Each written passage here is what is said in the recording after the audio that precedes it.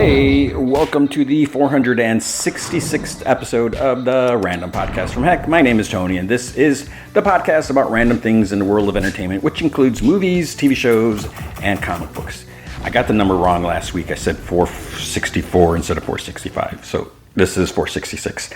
Big shout out to Andrew Loken. He is a big supporter of the show. You can be a supporter by going to patreon.com/gmanfromheck. Any amount you can commit to will be awesome. If you commit at the Rick Jones tier or higher, you get access to that secret podcast from Heck, which is an additional 30-ish minutes of podcast entertainment every single week.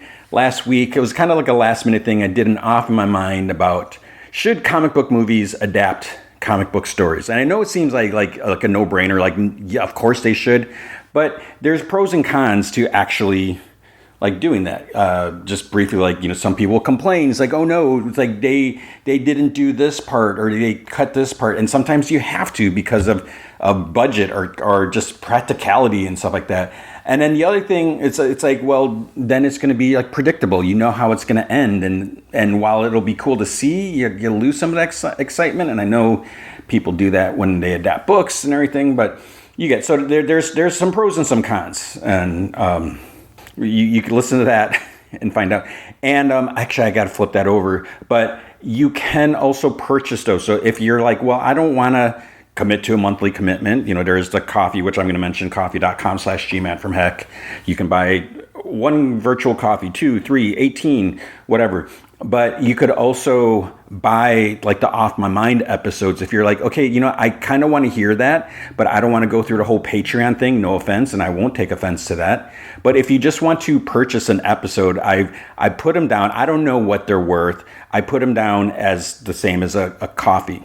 So it's $3. You can buy one of the Off My Mind episodes. It'll help. Every little bit will help.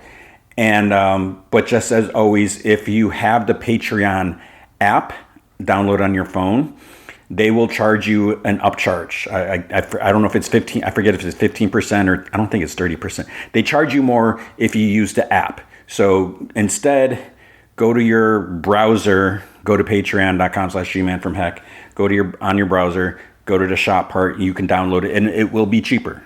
And when you do that, it will still show up on the app. So if you buy it on your browser, if you're logged in on your browser and then you log in on the app, it will show up there, even though you didn't pay the upcharged charge part, whatever. So anyways, that's the whole thing. Anything you can do will help and be awesome. I'm kind of laughing because my cat, he's in the spot that I sit when I record, of course. And we're fine. We're sharing a little spot, but then he starts moving, and now he's rubbing into my back and everything like that. So what do we have going on in this show? Well, first of all, we got to talk about those two San Diego Marvel things that came up late, and I didn't feel like editing again. So you hear about that. The movie feature. Oh my God, Spider-Man: Brand New Day. Let me just say, I love that movie so much.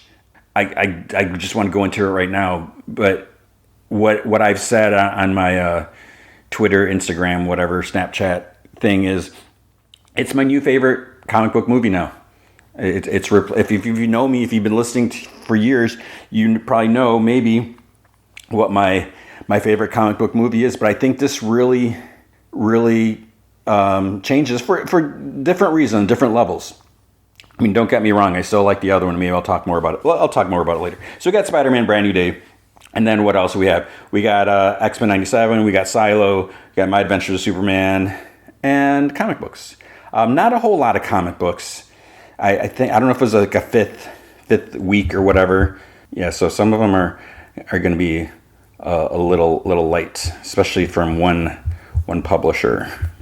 So let's get to the news. So as I mentioned at San Diego Comic-Con, one thing is there is a new Black Panther. So there will be a Black Panther 3. David Johnson, I think that's it, right, is cast as the new Black Panther. I don't know if I missed something. I don't know if I just haven't been reading stuff. I haven't heard anyone really talk about him being, because he's T'Challa's son. Now we saw T'Challa's son. He was a little kid. and now he's grown up. So no one has talked about how this happened, and I don't know if it has anything to do with multiverse or Doctor Doom or Secret Wars or what. But somehow he is a grown up son of T'Challa, and I'm okay with that. It's a little cheesy. We've seen stuff like this happen before, but the thing is, as I've always said, as amazing and tragic, the whole Chadwick Boseman is. I hate to say it, but yeah, the character is bigger than one actor, and while it did not affect me personally, I saw like countless videos, and I don't know if they're staged or whatever and stuff like that, but there's just like so many people just so emotional, so like happy, like in tears and everything, at how amazing his Black Panther was. And when we had the Black Panther movie, I mean, they were ecstatic having someone that, looked like them, spoke to them, for them, and everything like that. And I feel, when you see the little kids just embrace and just, I think that's a big thing.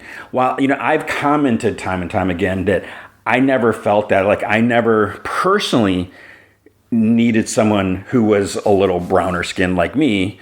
I did not grow up, even though, my parents pushed their aspects of the culture, on me and everything, but they didn't like force it on me. So it was there, but I was raised in an American culture and in the Midwest, and where I went to school, there wasn't, especially elementary school, I don't think there were many like Latinos. It wasn't something that I craved, but I feel like for Black Panther, it's a different story. And I don't know, I don't want to speak for anyone, but I just feel having Black Panther, because he was such a cool character, such a cool portrayal, and just everything, I feel that we need that. It's important. And, I always said, as hard as it might be for fans to accept or for the actor to actually step in someone else's shoes, I always felt like they should have recast. They did it with Rhodey. They did it with Hulk. Did they do it with anyone else? But it can be done. It's not ideal, but I did a podcast about that, on Patreon, about whether, actors should be recast. Because, the whole thing is like, let's say Chris Evans, he's not the good example, but he, for the longest time, he's like, yeah, I want to direct. I don't think I want to act anymore. And he kind of moved away from playing Captain America, even though, he's come back to Marvel a couple times, whatever, right?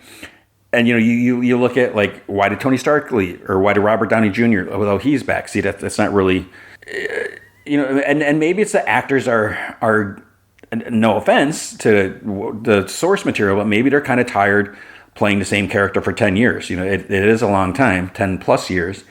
But, you look at, like, Scarlett Johansson and, just characters who are, quote unquote, getting killed or whatever, then maybe you just replace them, because I just feel like since we've had over, how long has it been? Over 60 years of comic book stories with the same characters, that I don't feel like the characters should be aging and getting old, and all of a sudden everyone's like old man Iron Man, old man, old man Logan, old man Hawkeye, old man Ms. Marvel, which I know that doesn't make sense, but so I will see. So I'm fine with it, but this, you do this, it's like, okay, we're not recasting Chadwick Boseman, out of respect or the hardship, or because who's going to want to, no one's. It would be hard to step into his shoes, because so many people are not going to give him a chance, which is unfair. They're going to be like, no, you can't replace Chadwick Boseman, and they're just going to like hate on him for no reason. So casting his son, who somehow has aged, okay, so we can have a different Black Panther. He doesn't have to mimic, he can make the character his own. The writers and the actor and whoever can do what they want. He's going to want to probably emulate a lot of the traits that Chadwick Boseman brought, because that's who the character was. But he can also do his own thing. So I'm totally down with that. The other big news is Ryan Gosling finally has been cast as Ghost Rider. So this has been like an ongoing thing. I guess Josh Horowitz, I just know him from when he was doing like MTV online videos or something. I don't know if he was ever on TV, but he's on. I guess he does that Happy, Sad, Confused podcast or something. So he's done a lot, and he's like on a first name basis with a lot of these actors and everything. It was years ago, he asked Ryan Gosling if he'd ever want to, do a Marvel movie or something like that. And he mentioned he really liked Ghost Rider. He wanted to do it. And Josh Horowitz really pushed it, because then after that, or sometime after that, he interviewed Kevin Feige, and he mentioned, I interviewed Ryan Gosling, and he said he'd like to do Ghost Rider. And so and he kept pushing, and he, like other interviews, he would ask Ryan, for something like, so anything with the Ghost Rider? And he's like, and it finally happened. So basically what happened is Ryan Gosling and Sean Levy, they pitched an idea to Kevin Feige. They're like, hey, this is what we'd like to do. And I guess they're like, yeah, he's like, let's do this.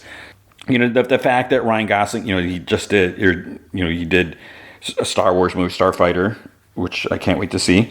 I'm sure that also helped, whatever. So we have that. So it's going to be cool. I'm excited for that. I don't know which. I'm going to assume he's going to go for the Johnny Blaze version, because we have Robbie Reyes, right?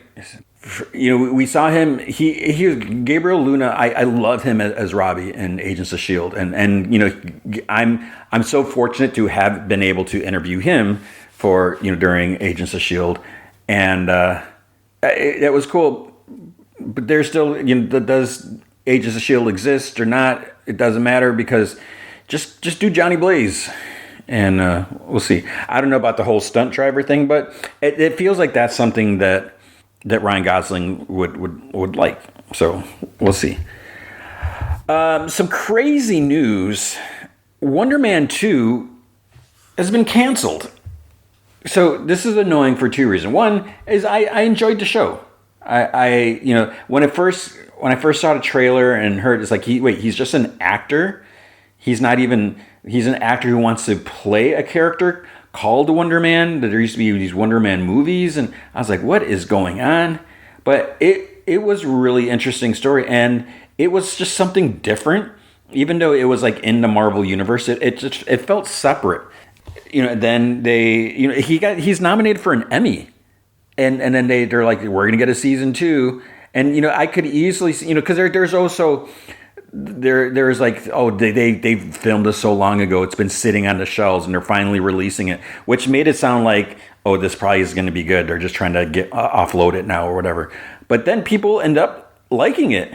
It had high Rotten Tomatoes scores, and they ended up renewing it for season 2. I'm like, okay, let's go there. I love the fact that they had the Mandarin back and just really fleshed out his character and all. I mean, it was crazy how much I enjoyed that show. And then now season 2 is canceled. So it's like, what the heck is going on? So the other annoying thing is, this is like the Netflix thing. It's so frustrating where you put all this, you invest in watching this series, and then it's canceled. And it's like, why did I watch this? Because even though you could say, yeah, you got to enjoy it, you got to see that, whatever. But then it's almost like, well, what does that matter now? Because nothing's ever going to come to it. And I always go back to that Resident Evil show on Netflix. While it wasn't perfect, I felt it was interesting. There's some. I did want to see where it went. And the fact is, I did the unspeakable. I actually binged that entire series like over 2 days because it was out in the summer. So I was able to sit there and watch all these episodes, and then they cancel it. So it's like, why did I do that? And because the thing is, because when I binged it, watched it, for me, it's like, yeah, I got the whatever entertainment for those 8 hours or whatever it was, but I was also watching it to talk about on the podcast. So it's like I kind of was working. So it wasn't just pure enjoyment. I was also like working, whatever, and then it's just gone. So I don't know. what the deal is. And the only thing I can think of, because I don't know if they mentioned him being in Doomsday or Secret Wars, maybe Secret Wars. So maybe they're canceling it because they want to do a movie and they're just not telling us.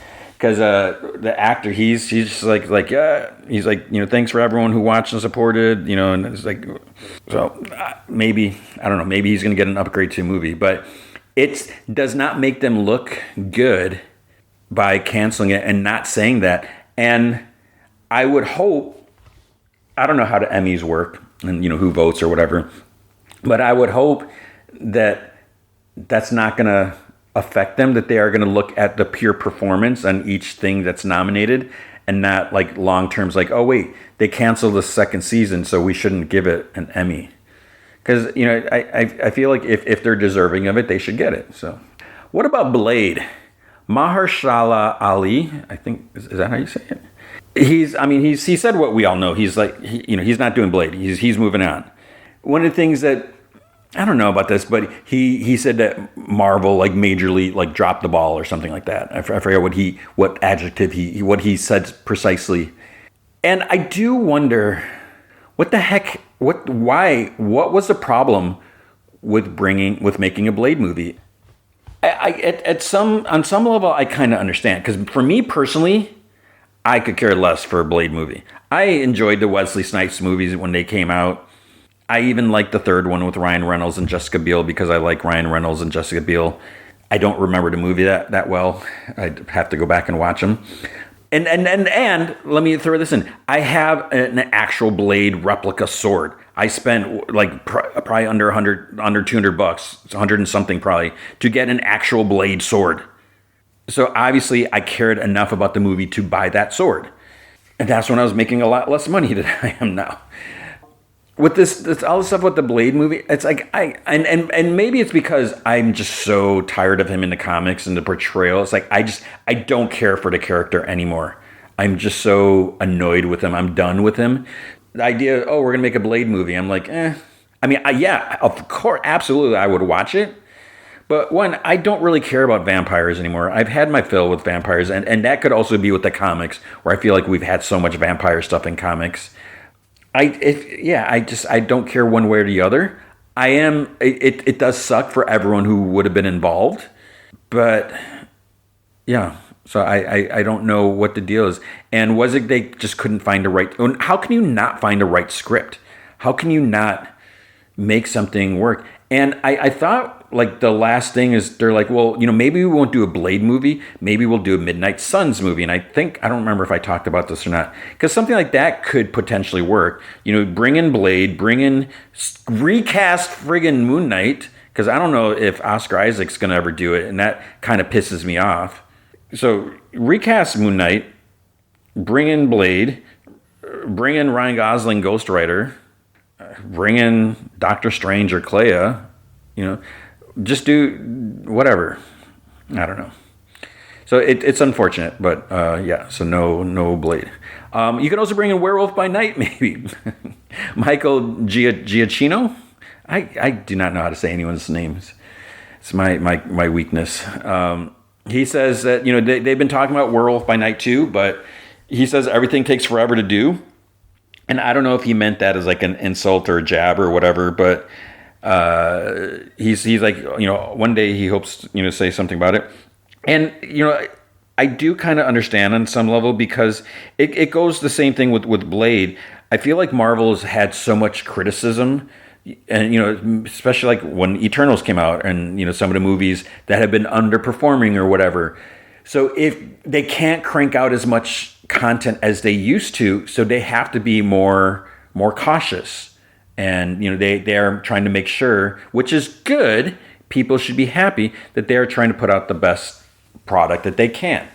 It's also about like timelines, like scheduling, and when is the right time to really something like Werewolf by Night. If it's going to be taking place in the past or out of continuity, whatever, do it whenever you want. Try to release it during Halloween time. We'll see. But I don't know how I believe the first one was well received, but is it a profitable thing? Were people like, oh, I got to renew my Disney Plus subscription because I got to make sure I watch that. Werewolf by Night, I enjoyed it. Werewolf by Night's not like, household name. If they were to do like a Blade series, I feel like more people will be like, because more people know who Blade is. I don't think many people know who Werewolf by Night is. And there's probably people don't even realize it was Marvel, even though, Marvel had their logo at the beginning. So, I don't know. Todd McFarlane, he mentioned that he's sitting on a partially completed Spawn animated movie.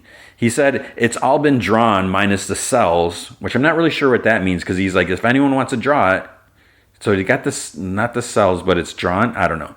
He says all the voices are done. It just needs some like Foley and special sound effects or whatever.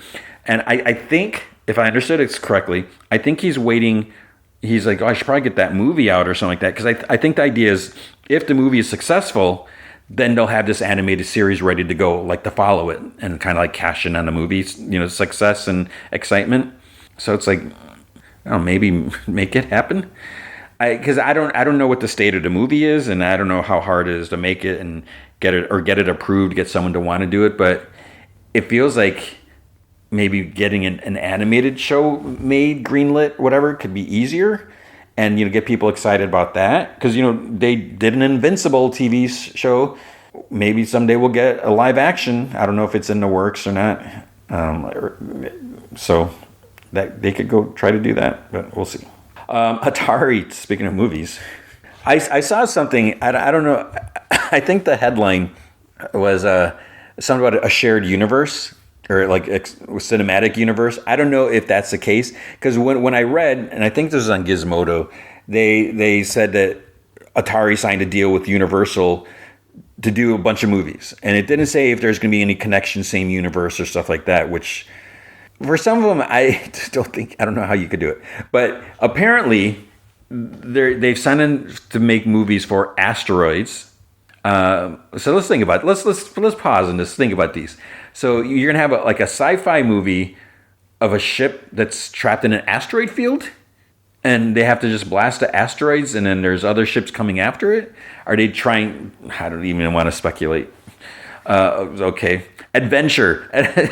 Adventure. I love that game on Atari 2600. But basically, it's just a dude with a sword trying to find 3 keys for 3 different castles, and the first one's like right there, and then killing dragons, and then there's a bat that comes and steals your stuff. I don't know how much of a movie that could be that like we haven't seen, like fighting dragons, and I mean there's that weird portal dimension room in the castle, the Black Castle. I don't know. I love that game. Those dragons, when you kill them, their body was just sit there, and then there was the Easter egg that was just crazy. And I talked to my brother about this when I went out to visit my family last month or a month and a half ago, whatever. Because as you may or may not know, there was an Easter egg in Atari 2600 Adventure where there was this one screen where you'd go, and there's like this line, this bar, like kind of like a glowing bar on the side of the screen. You couldn't cross it. You had to go down into, I believe it was like another maze level. But spoiler, if you are playing the game, the idea is, if you put you'd go into you have to take the bridge. There's this little bridge that you can skip a level or like a path or whatever, go through a wall or something like that, where you take the bridge into the Black Castle, into like the maze room, where there's like these, I don't even know how to describe it. It's not like a regular maze, whatever, but you take it and you set it on the edge of this one part. You're able to cross over this invisible barrier into this other section that you can walk. And there is a little glowing pixel, which was supposed to be, everyone said was an Easter egg. You take that egg, you go all the way back, avoid the bat, so he doesn't, I don't know if the bat could take the egg. You take the egg, you go back to that wall, and you got to make sure your sword is in the bottom bottom part of that bar, And I think that maybe you had to put it, now I'm forgetting. I don't know if you had to put a key at the top. But then you could walk through that line, maybe now the line glows, and then you go into this room, and I don't know if it did any like sound effects or music, but then you you unlock the credits of the game. Because back then, designers weren't allowed to be credited. The whatever company's like, no, you can't put your name on it. You're getting paid to make the game. That's it. But I think someone snuck it in. But the question was, how the heck did we know about this? There was no internet back then. And I asked my brother, he's like, I don't know. It's like, how did we hear that you could do this? Because it is so incredibly random. It's not like you're like, oh, let's try going here. Let's try putting the sword here. I don't know. So anyways, adventure. Berserk. Berserk's, that's what it was. I forgot what they would say. I think there was like intruder alert or something like that. And wasn't it like, they call it like chicken fight like robot or something like that? I don't know. But basically, you just walked around shooting these robots. Just simple. Breakout, you breaking bricks. Centipede, fighting giant centipedes, shooting them. So not only centipede, but they're also millipede. So I mean, maybe do centipede and then the sequel is millipede. I don't know. Crystal Castles, Missile Command, aliens invading. I don't know. Pong. Pong, I could see if it was like a silly like spoof or something. I don't know. And Yara's Revenge. I don't know. We'll see. I mean, I get it. You're looking for ideas, and you got the premise here, and then you got the nostalgia factor. Another thing I saw from San Diego Comic-Con. This is why part of me does not miss being in the press rooms, because for me, it is so hard to watch like these interviews that pop up, these like little 30-second interviews or whatever. When I see people interviewing on like Instagram, I'll every once in a while, the algorithm will show me these random interviews, and some of these questions they kind of piss me off. Some of them make me cringe. A lot of them piss me off, and it's just like, how are you asking this? And maybe to defend a person, whatever, a lot of times they're probably told what to ask. I have seen many times where the person doing the interview has like note cards with questions, which that bothers me as well, because they don't have the questions themselves. They're being told, okay, these are the things that we want you to ask. And part of it also might be, whatever. There's different reasons. I get it. Again, I'm not knocking that, but sometimes the questions that are asked, it's like, why are you asking this? Because either A, they cannot answer, or B, you're trying to trick them into answering something, because a lot of times you're trying to get the little soundbite. When you are interviewing, because like if you're interviewing Tom Holland for Spider-Man Brand New Day. Yes, you can ask him, what was it like doing this movie? What was it like working with John Bernthal again? You can ask about things specific, but once people see the movie or once the movie's out, no one's going to really go back to those interviews. So that's why people always say, what are you going to do next? Are you going to be in Doomsday? Are you going to do this? So they're like fishing for other things. Or if you're smart, you ask them, who's your favorite Marvel character? Who you try to go outside the box and ask something that is more evergreen. So there you go. That's my advice to anyone who is trying to do that, because I don't know if I'm going to try to do that anymore. But a lot of times these questions. So Adria Arjona was asked about the Wonder Woman rumors. Why the heck would you ask her anything about Wonder Woman, where whether or not she is playing Wonder Woman, she cannot comment on that? It's just like, this is why Sadie Sink was not put in a lot of the press interviews, because there's nothing she could really say. And it's stupid and it's annoying when you ask these questions that they are not authorized to comment on. Because if they do, they're going to get a crap load of trouble, or, it's they just can't. They can't do it. They're going to get a crap load of trouble, or they're just going to say, "Well, I can't comment on that." And even then, to put them in the position where it's like, okay, they're going to ask them, and they're like, "Oh, you looked away. Does that mean something? What are you trying to say?" It's like you're trying to gotcha. You're trying to catch them on something, and that I feel like that is just crappy. That the fact that you would do that, you do not care about this person, and maybe that's the other. Maybe that's why I didn't make it bigger than I did, because I wasn't ruthless like that. I'm not going to go out to try to get that 2-second reaction that no one's going to really care about, a couple weeks later. So she was asked about it. And again, it's so stupid, but she just mentioned how much she loves James Gunn. And she said this so many times, like so many interviews. She talks about James Gunn because they were in that movie. I don't know if it was called Mayhem or something like that. I really like that movie. And I think I watched it during like COVID when there wasn't a lot being made. And it's basically, they were like in this office building and then they had to like kill each other's. No, Mayhem, I take that back. Mayhem is the Samara Weaving Stephen Ewan movie, which I really like that movie also. So they're kind of similar, like office killing. So yeah, very, very, very similar movies. I don't know which one came first. I don't remember. But it's to stop asking these questions that haven't been officially released. It's just, it is so annoying. You have no reporter etiquette. And it doesn't make you, I don't know. I could be wrong. I don't feel like being cutthroat and ruthless makes you a better reporter. I think it makes you a jerk. I think it makes you an a-hole. That you're just like trying to get this little thing regardless of what it... Because a lot of times also, maybe the studios have they're throwing a lot of money. They're going to do this big reveal somewhere. And I know a lot of people are like, well, who cares about the studio, whatever. It's like, no, we should all care, because if they're going to throw like millions of dollars into some big promotional thing or whatever, and then it gets wasted, then that counts against the movie.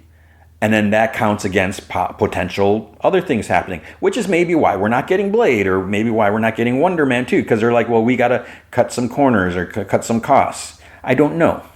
So it's just so stupid when people ask these questions and it's just like Sadie Sink. I saw this video because now that I've seen the movie, so I saw it like the night where there's like, I don't remember if it was on TikTok or Facebook Reels or somewhere where people were saying, I don't know, and the video just like cut. It's just like it was it. Like they're trying to say that there was like something between Sadie Sink and the rest of the crew, and I don't know. They showed some clips where like during like at the press junkets, a lot of times let's do a cast photo. They get all the people there in one shot, and there's a lot of like shuffling around. And at first I was like, are they trying to say like Tom Holland didn't want to stand next to her? Like, are they trying to say like suggest that there's something there, or maybe Zendaya wouldn't like it, or I don't know what this video was trying to imply. But then they're saying how she wasn't part of a lot of the press junkets. It was, it was Tom, Zendaya, and John or whatever. And that's because she couldn't talk about her character, because everyone would ask the same questions, which for whatever reason, Sony and Marvel Studios, whatever, they're like, we don't want you discussing, we don't want to reveal this. So even though a lot of people think it's either this character or this character, I mean, there's a whole bunch of characters people thought she was playing. And so because of that, she wasn't doing the press interviews, which sucks for her. I mean, maybe, I don't know if she's like, man, I want to do that, because I don't know if people really enjoy press junkets. But yeah, I don't know. Yeah, because one of my favorite interviews with Sadie Sink was Cookie Monster. Cookie Monster, he's like, Sadie, me, it's time to ask a question. And she's like, okay. He's like, chewy or crispy? And she's like, oh, I thought you were going to ask another question. And I forget what she said. I think she said crispy. And he's like, what? Is there another question me should ask? But and she's like, no. It was so cute. And then she's like asking him, well, what kind of cookies do you like and everything like that. And she's like, am I interviewing you now? And it was like the cutest thing. And then he's like, can me get a hug? And it was so sweet. Because I love Cookie Monster and Sesame Street, nostalgia. So it was a very sweet interview. But that's the thing. It's like she couldn't do much. And I feel bad for her. Because I will say, in case I haven't said already, I loved her. And I loved her in Stranger Things, way better than certain other actors. And I don't feel like she got the credit she should have had on Stranger Things. But she was great in Brand New Day. More on that later. Clueless. I love Clueless, although I haven't watched it in years, decades, I don't know. Clueless is coming back. I did buy I think it was at the 30th anniversary. I feel like it was last year. The Steelbook, and it's coming back on Paramount Plus. It's going to be a limited series. So it's not like an ongoing series or whatever. It's supposed to take place 30 years after the movie. Cher's supposed to be like successful in business. She's mastered motherhood up until her daughter reaches the high school years, and then now I guess she becomes clueless because the kids are a different breed these days, right? And then the last bit of news, I believe, the last bit of news I'm going with is Emma Frost has potentially been cast. Now, we've heard this go for a bit. Like, people were saying, oh, it's going to be Margot Robbie, which I don't know. Yeah, it doesn't really make sense. I don't know if she'd want to do that or not. But now Deadline, they're saying that sources have told them that director Jake Schreier and Kevin Feige have met with someone, even though Marvel has no comment on the casting. And of course they're not going to comment because maybe they had... Yeah, I don't know if D23 is still happening this year. I haven't heard anything about it. But, maybe they're going to wait till New York Comic Con. But the word is, Deadline saying Samara Weaving. And if you've been listening, I love Samara Weaving. I think she is amazing. I love her and everything she's done. She did that movie Mayhem, which is probably why I said that. With Stephen Ewan. She did Guns Akimbo, Ready or Not 2. What else she do? She's done other stuff. She did that movie in Hulu, but the Stealing Cars, not Peekaboo. But she did that movie Jason Segel, which didn't show in my area over your dead body. She did one that just came out, Carolyn, which I haven't seen because that didn't come out here too. My buddy said it was really good. I don't know if I would want her as Emma Frost, but I think she could do it. She's great. If so, that is, and it's, as my buddy and I were saying, it's about time she's been cast in a big thing because I feel like she is so underrated, criminally underrated. I mean, I don't know if people give her enough credit. Maybe they do, and I'm just missing it. But I feel like she is so immensely talented that she should be in bigger things. And I don't know. I don't know if I kind of feel like there's some people who just don't want to do the superhero movies, and I do think you have to be very selective with that. But she's doing it because I saw an interview with Ryan Gosling and Emily Blunt, where I think Josh Horowitz was interviewing them. So it's probably for Fall Guy. And because Josh said, I spoke to Kevin Feige about the Ghost Rider stuff. And she's like, you want to do a superhero movie? She's like, I thought we both wore that as a badge of honor that we hadn't done that. And she's like, you traitor, or she said something like that. But it's like, she was supposed to be Black Widow, right? And then she had to do Gulliver's Travels or Gulliver's Island or whatever it was, and had to drop out. But it's like, I don't know. I love the superhero movies, and it seems like everyone, you got Academy Award winning actors doing that. And I'm assuming the comic book movie money is good.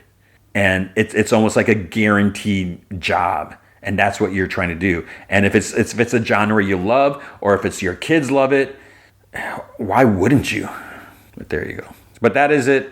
I would love to see Samara Weaving in a Marvel movie and as Emma Frost. Okay, yeah, I'm down for that. Let's hope that happens. Nothing confirmed yet. But what is confirmed is we have the rest of the show coming up. That is the news for the week. All right, with comic books at Mad Cave, I read Gotcha Man number 20, and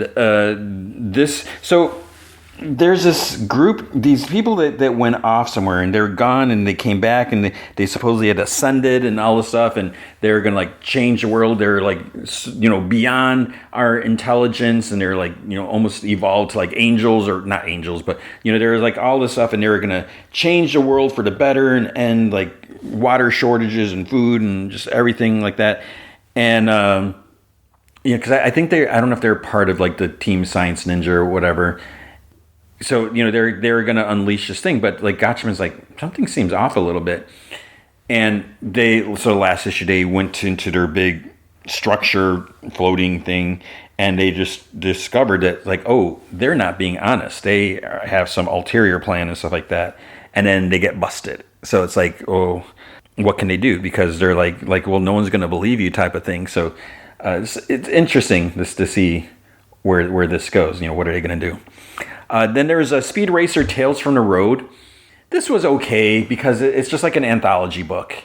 And while I appreciate that they would do that, and I hope that there is a demand for it, that people want this to see some of the other characters. So that's cool and all. It was also cool because Jim McCann, he does the first story, The Rook, and I wasn't really sure who The Rook was. And I know so much about Speed Racer, and he might be from the comics. I think he was like a police dude, so that was fine. But then there was a Sparky story. I forget who wrote it. It was fine. It was okay. I don't want to give anything away, but he ends up driving the Mach 5 for reasons. So that was kind of cool because I feel like Sparky is kind of shoved to the side too many times. And then there was a car acrobatic team where there's a new member and they give him the name Ugly. And you can tell he doesn't really like that name. But then he has this idea. It's like, well, what if I go sneak into Pop's place and steal the Mach 5? Just to show them. And so it was fine. At Image, the only thing I read was Geiger 24. So this is more about, is his name Junkyard Joe, right? The robot? And with his creator, owner, whatever, he wants him back, and all this stuff like that. And this guy is like, you just don't like him because it's just despicable. But some cool stuff there with Geiger and that. So I'm really enjoying that comic. But I think that's all I read because the Monstrous 63 is out. I think the last issue I read was like 24 or something like that. So I'm so far behind. There's Feral 25. And see, that's the thing. I didn't read this one because I thought it was another miniseries. So I have no idea what's going on in that. Savage Dragon 281. So that's all I read from Image. At Marvel, we had Alias number 5, Jessica Jones Alias. And I believe this is the last one. So it was I enjoyed the series. It was kind of weird, Jessica Jones and Typhoid Mary teaming up, but it worked. It was, it brought comedy and crazy action and stuff like that. What bothers me, but what was annoying is I missed, why did Jessica Jones lose her private investigations license? And what does that have to do with her husband being a mayor? Because he's a mayor, she can't be a private eye? I don't understand that. Unless it's because she's gonna look at she's gonna find out like top secret mayoral information, city. I don't understand, and it's so stupid that she can't do anything because she's breaking the law and it's like I don't think there's like anti-vigilante stuff going on, so I just don't understand. Then there was Bishop number 2. I'm not reading that. I have no idea what's going on. I flipped through it, and I think it takes place in the future, right? And I'm not really a fan of the art. No offense, but yeah, I didn't read that. Doom Quest number 3. I love this cover. So who did this cover? So basically, Dr. Doom is he's in George Washington's body. Let's see the cover. Oh, Alex Ross did the cover. Yeah, because then there's variant covers by a bunch of people. So yeah, I guess this main cover is Alex Ross. So it's just him on the boat. So basically, Doctor Doom is in. He's going through time. Blah blah blah. Others, he's kind of stuck. Whatever. He is trying to change history so things go in Latveria's favor. And he does some crazy stuff in this issue. So he ended up in George Washington's body, but he still looks like George Washington. So it's kind of like Quantum Leap type of thing. And he just does some crazy stuff here, and it's it's kind of interesting and funny. Generation X 23 number 6. This is good. So they're away from the facility. They're so Laura and Gabby are at like one of Wolverine's safe houses, and they have like I think is it 3 of the kids? 4. I guess looking at the cover, must be 4 of the kids, and from this facility where they're like trying to. They're not. I don't know. I guess you wouldn't necessarily consider them mutants, but they did experiment and did stuff to them and everything like that. So I'm okay. I'm enjoying this. Just because I really like Laura and Gabby, so I want to see where this is going to go next. I am concerned because the next issue Wolverine's showing up, and I don't know if he's going to want to try taking over the books. Like, go away, because he has his busted claw still. So it's like, okay, that's what's going on in his own comic.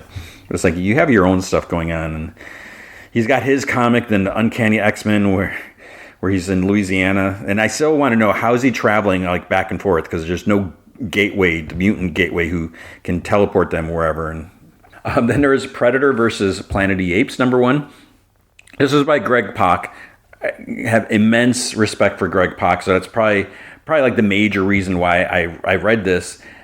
It's interesting. I can't say I have 100% loved this comic. Like I'm super excited and can't wait for next issue. I am interested to see what's going to happen, and I feel like with these books, they're kind of tricky to write. I'm sure there's a lot of like legal tapes, stuff that you have to be cautious with, or restrictions and stuff like that. For all that under consideration, it's a good book. The tricky part is how you bring the two together. Because you have to create some, it's just like with, Fantastic Four and Planet of the Apes. How are you going to do that? You create some incident, something like that, boom, they're together, then you can tell the story. So it's kind of like what we have here. There's a reason the Predator, and this one this makes more sense than Fantastic Four and Planet of the Apes. Because here, why wouldn't predators exist during Planet of the Apes? So yeah, there's some interesting things there, and I am curious to see what's going to happen next. So I would recommend that if you are like a fan of either franchise, because I'm enjoying that. Then we got a bunch of Queen in Black stuff. So I kind of skimmed through this, and then last minute I realized, like, oh wait, I didn't skim through them all. So there's Queen in Black, Defenders of Light and Dark. No, so I did kind of skim through this. I remember there's stuff with like Cloak and Dagger, because they're like making 2 teams, and that there's Queen in Black, Hela. I think I skimmed through that. I did read the straight up Queen in Black issue. This was like an oversized issue, which I hate those. It was like 50 pages or something like that, and it really sets everything up, because which is good, because it's like, okay, well, one, it kind of explains stuff. Like with the recap page, I kind of learned a bit about what's been going on with Null and Hela and just this whole stuff, because I just been skimming stuff and everything. So that was good for me to know, like, what the heck, like, just knowing where Null came from. Like, with the Celestials involvement, I'm like, what? And then now Hela's taken so there's like basically like light and dark, and Null is no longer the King in Black, because Hela apparently stole his power or something like that. So then Null ends up going to the light. So now he has these like light constructs. They're kind of like light symbiotes or something like that. It's like great. But yes, so we got like Spider-Man and Mary Jane and Anti-Venom and then Captain Spider toxin, whatever. They go to talk to Tony Stark. I did not like this part because the way like Tony Stark is, he's like, oh, hoity-toity, everything like that. Like, he doesn't know. It's like, oh, I don't know about, Mary Jane being Venom, because he's so concerned about the threat of Venom and stuff like that. And he's like kind of really talking down to Spider-Man. And I hate that, like, Spider-Man here, it's almost like they're trying to write him as Tom Holland Spider-Man, who looks up to Iron Man, because he's like, oh, so yeah, yes sir, yes sir, whatever, and all this stuff. Like, it's like, no, screw that. Spider-Man he's like a near genius, and I hate when they put him down, when they have Tony Stark talk down to him. I mean, Tony Stark is a friggin' idiot. Like, look at, like, he just comes down on everyone. It's like, dude, what about friggin' Armor Wars? You allowed your armor to get stolen. How much of your technology is out there? And then you have the audacity, gall, to just, rip on everyone else and criticize them and make them feel like utter crap. And I got to slow down, because I'm starting to think back to Spider-Man Homecoming, where Tony Stark was, Robert Downey Jr., Tony Stark, such a dick to Peter Parker. It's like he's a friggin' kid, and you're just, So Tony Stark's like acting like that and everything. He's just, it's like Spider-Man is a friggin' genius. I feel like Spider-Man has been in more fights, more battles than Tony Stark has. And maybe it's because Spider-Man has had multiple comic series, Amazing Spider-Man, Spectacular Spider-Man, Friendly Neighborhood Spider-Man, just a Spider-Man team up.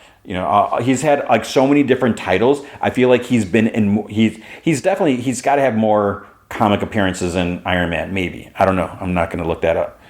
I don't even know how you can, because you used to be able to on Comic Vine, but now they got all the foreign comics. It just reprints. It just doesn't. You can't find that number easily. So I hate. It's like, screw you, Iron Man, you caused Captain America to die during Civil War because you're such a stupid jerk. So, yeah. And then they bring in the Avengers and X-Men and Fantastic Four. So it's good that they're bringing, everyone's like, okay, we're going to be all on top of this when this invasion comes and that.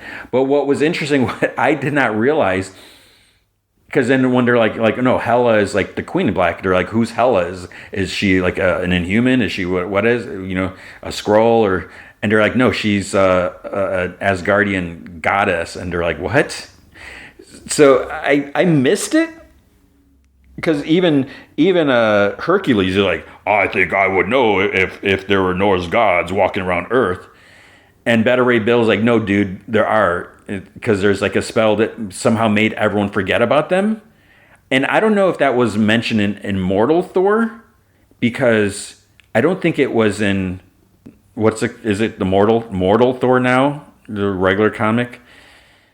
So yeah, I did not realize that this was a thing, because apparently no one knows who Thor is, and they have no memory of all this stuff. So they don't know who Hela is, and so it was okay. I'm not gonna love this story, because you got this big invasion of Earth and whatever. But we got Nova here, so that's cool. And well, yeah, I don't know. We'll see how it goes. There is a Rocket Raccoon comic. Actually, no, I did not read this. Okay, this is weird. Is this like his anniversary or something? Rocket Raccoon, Rocket Rewind. So there's The Fight in the Raccoon, which was by Christos Gage and Todd Knock and Rachel Rosenberg. I mean, I love all them. I didn't read it. Boom Shakalaka by Mackenzie Cadenhead and Enid Balam. The Sword in the Star by J.M. DeMatteis and Sean McManus. And The Sword in the Star Witch World by Bill Mantlo and Keith Griffin. So that's like, must be a reprint. Yeah, so I didn't read that. I'm kind of over Rocket Raccoon. I had too much of him. They overdid it, I think. Spectacular Spider-Man Brand New Day. This is more stuff. The only thing that I really, so this is written by Dan Slott. Okay. Marcus Tote, love Marcus Tote as an artist. Alex Sinclair, color artist. I love them so much. So that's the only reason I care. The story is fine, but it's, again, right after Brand New Day. Punisher's been turned into like Mr. Negative, whatever. not a huge Mr. Negative fan, so it's an okay story. I mean, I'm still going to read it. I'm invested enough, so yeah. Then there's Immortal Thor. I really just skimmed through this. This is a lot of Asgard stuff, and I don't know if there's any answers here, but it's basically Enchantress like doing a bunch of stuff, and I don't know. I mean, maybe this explains something about the erasing. I don't know, because then it's like it goes through time, because like they put someone on the throne, and it's like year 100, year 1000, year 10,000, year 100,000, year 1 million. Spoilers, year 100 million, and then there's year 100 billion. And then year forever and a day. It's like, spoiler. That's too much. Reborn Ultimate Impact number 3. And what happened in this issue? Oh, so a couple people got like the origin boxes, so they gain powers. Miles tells Iron Man about that. And yeah, it's just I'm losing interest in this. I don't know where they're going with this, and part of me, I don't care. So I don't know. What if Kraven survived his last hunt? This was good. This was fine. I mean, I didn't like super love it, but it was one I'm glad I read. It is worth reading, I would say. So it's yeah, it takes a classic story and it kind of shifts things a little bit. So it was interesting to see how things happen. So it's kind of unfortunate, for some involved, but yeah, it was good. It was by J.M. DeMatteis, so that's cool. I mean, that is awesome when they get the original creator like involved with it, the twistings. Yildiray Cinar does the art. I can't remember. I don't know what he's been doing lately, but I was a big fan of his. Back in the day, I remember especially when Superior Iron Man. I think was it that? It was a Tony Stark Iron Man in like the silver suit where he kind of was a jerk, more of a jerk. I think it was when he was inverted or whatever that was called. And then Alex Sinclair does the colors. And Alex Sinclair, if you ever get a chance, if you ever see him at a convention, he is the nicest guy. And that's one of the things that makes me sad is not getting to say hello to him, because when I didn't go to Comic-Con, because he's just so super friendly. And yeah, I think I maybe I don't know how many times I interviewed him, just a couple times, but he's always been like so incredibly nice to me, and I just appreciate that he's such a good human being. X-Men 34. So in a town in Pennsylvania, this mysterious statue was built for, which Trask was this? Boulevard Trask. And no one knows who built it, why is it there. Some people are fine with it, some people hate it and everything. So Juggernaut, he's like, well, I'm going to go destroy it because it's an abomination. It sucks. And he's trying, but I won't say anymore. But it's it's kind of interesting. Greg Land does art. Jed MacKay writes this, so it's interesting. I would say that. And then there is X-Men Outback number 2. I did not read this because I should, but I feel like it's one of those things where it's like, what is the point? I hate to say that because we've experienced this time already, so it's not like any major revelations are going to happen. Maybe, I don't know. I could be wrong. And then that is actually all I read. DC had a super small week, and I was just hesitant. There's Batman Superman World's Finest Annual. It's by Mark Russell, Mark Waid, and I'm not sure who's on the cover. It looks like there's Alfred on the cover, and I don't know who this old dude is. I can't read it from the thumbnail. There's Detective Comics 2026 Annual by Tom Taylor, Dave Wildgaz, but it has Lobo on the cover. I mean, those are probably the two I would have read, because then there is Justice League Night Vision Special. I do not know what that is.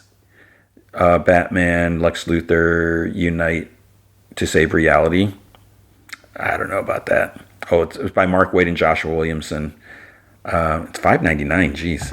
Then there's Superman's annual year one. I don't know what that is. And then there is DC Hot Girl Summer. So yeah, I don't know about that Justice League Night Vision special. I don't know if I would have normally read that.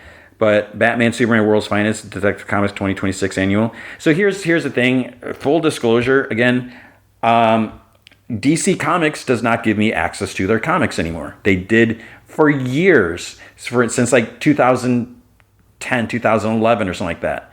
And who, for whatever reason, the power at be, they deemed that I am no longer worthy of getting access to their comics. Fine, that is your choice. And it was around a time when Warner Brothers Discovery, that, whatever. So I get it, the powers that be may not know who I am anymore, even though I've been working with DC since basically 2008. That's, I think, really when I was getting like the editorial stuff going on Comic Vine. But the fact is that people I have been working with since like 2011, and, because, PR people come and go all the time, but there are some people that I've worked with, and, some people change positions and stuff like that. But when I brought this to their attention, it was like out of their hands. So basically, it's like DC Comics is saying, screw you, Tony. We do not care if you cover our stuff. Meanwhile, every single other publisher is so incredibly gracious, and they offer their comics for the most part. So if I want to read DC Comics, I have to buy them. And I know it's like, oh, boo-hoo, support the everything like that. I moan about this or whatever. I mentioned this several times. This is why every single episode I put the call out for Patreon and coffee. I hate doing that, but I spend so much money on this podcast, the hosting and everything like that. That is my choice. But to do a free podcast, that's just how it goes. I make no profit off of this podcast. And DC wants me to pay for their books, and I haven't been enjoying a lot of their books. And that's just me. Other people might be enjoying it. The absolute stuff, I don't love it. Some people do. Awesome, great. I'm totally serious when I say I am happy that people are enjoying it, because I want the industry to thrive. But I'm not going to pay $5.99 for a World's Finest book that might be okay, and it's an annual. I am not going to pay $5.99 for a Lobo Batman comic, which, even though it's by Tom Taylor, it could be fun. I'm not going to do that. So I can't tell you what happens. So, sorry. I failed in that area, but because so much of, and again, that's why I didn't go to Comic-Con, because it all comes out of my pocket, and yeah, I can't do that. So on that note, there's no DC Comics coverage. Those were like the only, I think there's only 5 books that came out. So that is going to be comic books for the week. All right, my adventures with Superman. It's so weird. It's not my adventures. Their adventures with Superman. Whose adventures is it? Are they talking about Jimmy's adventures? Lois's adventures? Season 3, episode 7, The X Games. And that's EX-Games. So last time, they had the big gala thing, the awards ceremony, and they're all dressed up. And then there's these portals and everything. And, Clark's all down because he has no powers. They saved Metropolis and everything, stopped Dr. Poison. But then these portals appeared and they all disappeared. So this episode starts off where all 4... They fall out of like a giant, even though they're kind of all separate. I mean, I guess Kara and Jimmy were the one in a bigger portal, but they all fall out of one big portal at the same time. And Clark is wearing red Speedos with kind of like a jacket. He has a whistle around his neck. Lois is wearing like a red 2-piece with like a yellow hoodie, whatever, jacket on, and she has a visor on. Kara just has like red shorts and like a blue shirt, kind of like I don't know what you call them. Like, it's like the swim, like it's not a bodysuit. It's like a upper suit, not a bikini top, but it's like a swim shirt, whatever. And then Jimmy has red like board shorts and then like a yellow shirt, sun button. He has a little like necklace around his neck. So they land in the sand world. He's like upside down, like head in the sand, and like Kara has to like pull him out. And he starts complaining. He's like, "Oh, that's gonna get everywhere." And then he notices Kara standing right in front of him. And he's like, "Oh," because things are a little awkward between them. Lois asks Clark, she's like, "What are you wearing?" And then she's like, "Wait, what am I wearing?" And then there's announcers like, "Well met, champions. Let the contest begin." So the sky's like full of like stars, like I don't know what you call them, nebula clouds or stuff like that. There's floating rocks. There's like this. So they're not quite on a planet or something like that because it's kind of like just floating, like a floating surface. Because there's this blue, it's like shiny orb in the center of like the sand, whatever, and they're like, "What?" And then they hear like a slurping. We see this blue skinned person, kind of with a little ponytail thing, whatever, sipping a drink with an umbrella in the drink, and like sitting on a floating tube, and it has like a red jumpsuit and little blue floaties around his arms. It's Mr. Mixia's Pitalik. He's like, "Hi, my favorite mortals," and Clark's like, "Mixie."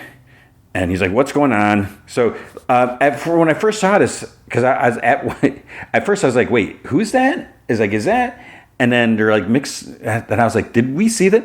It was season 1, episode 7. So there's like my memories. Like I barely remember trying to keep all the different versions, incarnations of Superman that we have. So he knows who he is, and then he's like, "Oh." Snaps, and then like he changes his outfit. There's like these two big podiums appear, and he's like lying on one. He's like, "I'm getting divorced," and they're all like, "What?"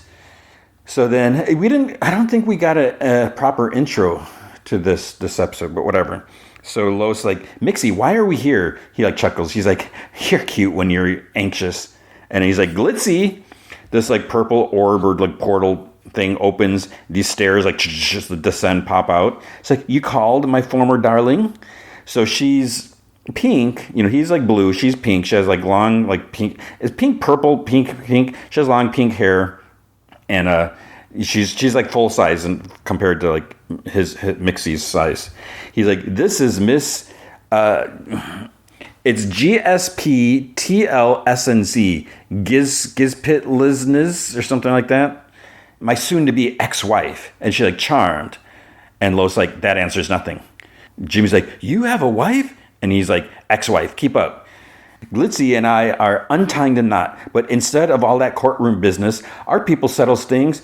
And Superman's like, "With a contest?" Mixie's like, "Yes, Superbrain, a contest, tournament, games, whatever. Glitzy and I have each recruited a team of players. You're my team." And we see sort of like cartoon versions of the four. And the funny thing is that Lois has like the sharp teeth, wide eyes, and like the two kitchen knives, like in Jimmy's comic book that we saw a couple episodes ago. So he's like, "Gullible Superman, Jimmy Lamebird, question mark Kara, and Fun Lois. The team competes in a series of challenges. Each challenge cleared gets you A, a key, and B, entry into the next ring. Whoever team collects the most keys and gets to the center ring fastest determines whether Glitzy or I get the house, speedboat, galaxy, etc." And Kara's like, "What if we do not wish to be pawns?" He's like, "Right." And he like snaps. Then she appears like back with the others. He's like, "Almost forgot." And he yells and gets like a freaky look, or 3 eyes. "Lose and you will never see your precious universe again." He's like, "Sorry, anything else?"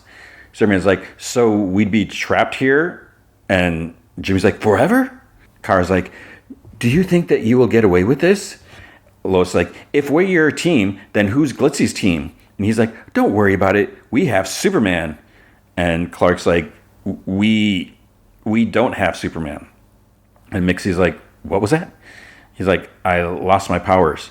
"You lost your powers?" Ugh. Like, before my divorce, it's like, I needed Superman. Clark Kent is useless to me. Glitzy laughs. She's like, "Embarrassing."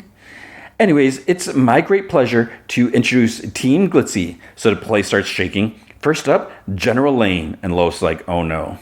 And Glitzy's like, "That is General Lois Lane." So it's like one of the versions that we saw, maybe, in the Legion of Loises or whatever it was. Lois is still like, "Oh no." And she's like, good Lex Luthor, Scion Kara from the House of L.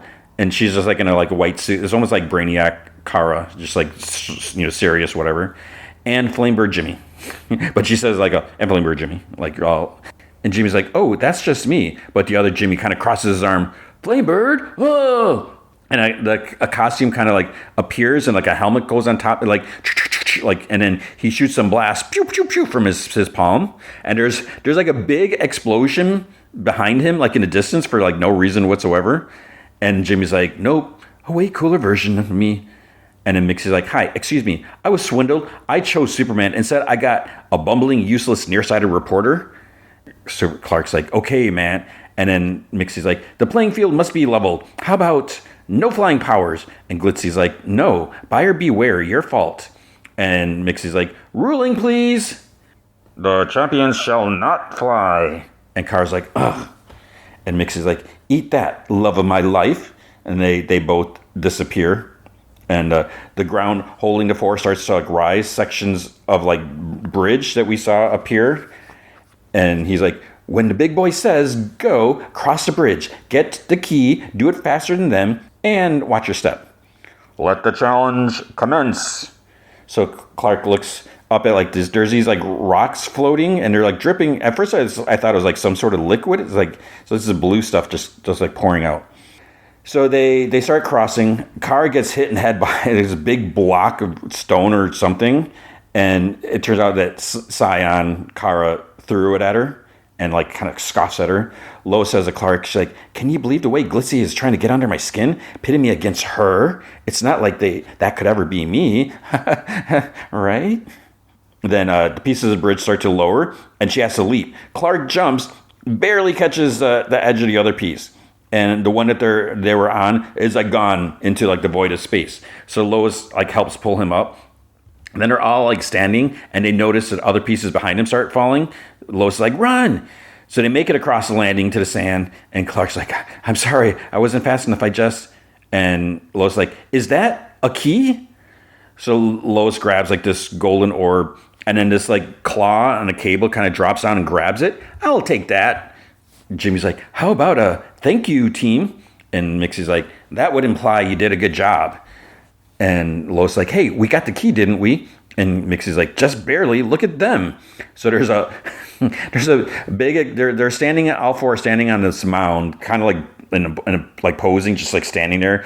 Big explosion behind them, again, for no reason. Epic rock music, according to closed caption. Epic rock music plays, and Glitzy's kind of floating but laying down, and she winks. Jimmy's like, so it's a tie. And Mixie screaming, it's like, a tie? Pathetic. You didn't come here to tie. You came here to win. And then calmly, he's like, next game. So portals appear beneath them and they fall. So they land on some other rocky desert area. General Lois appears in front of Lois. And Lois is like, you. And then Glitzy's like, ladies and ladies, may I present Savan Mountain. And there you see this kind of mountain with the building structure, something rises out of the ground. Your mission, should you choose to accept it, I jest, you don't have rights, is to climb Savan Mountain. Whoever gets to the top first wins this round's one and only key. As you ascend, the mountain will sink into the Manticore Trench. Anyways, if you're too slow or slip, you'll meet the Manticore. Last team to make it to the top loses. Somewhere else. Mixie's like, this is the boys' challenge. So they're in this kind of room. These are portal pieces, and he's holding up different shards of stone or something like that. Find them, put them together, make a portal, leave. Whoever does it first wins. And he tosses the pieces. And Jimmy's like, that's it? And he's like, yes, just win. And he disappears. So Kara and Lois are running up. Kara's like, the mountain does not feel like it is sinking. This is unchallenging. And Lois is panting. Yep, very unchallenging. So they stop for a second. Kara looks up, and then she's like, Lois Lane, is it my fate to become like that? And Lois is like, her? And she scoffs. She's like, I mean, you were like that. Look, I met a whole league of Loises. Those other selves mean nothing. And Kara's like, now it is sinking. So the ground starts going. So Lois is like, go, go, go. General Lois yells at Scion Kara. She's like, get to the top. Only one of us needs to win. So Lois runs past General Lois And General Lowe's grabs her by the hood of her jacket and then like almost kind of puts her in a sleeper hold move and like, got her arms like her, like, I don't know how you describe it. She's got her arms around her, like arms and shoulders, like behind her. And Lois like, are you crazy? The ground's sinking. Lois screams. They sink down into the void. So I guess they're dead. Both Karas are at the top, side by side. And Kara's like, do you think our Loises are okay? And Sion, Kara, like scoffs and groans. And she's like, whoa. So Sion, Kara steps into this hole, but we see her like hanging like into like the void underneath. She's hanging by one hand. But then it's like, actually, no, she didn't grab a hold. Kara grabbed her arm, pulls her up. And she's like, you must be cautious, other Kara. And then she continues. Sion, Kara just like stares at her. So down below somewhere, General Lois is still like holding, has a hold around Lois.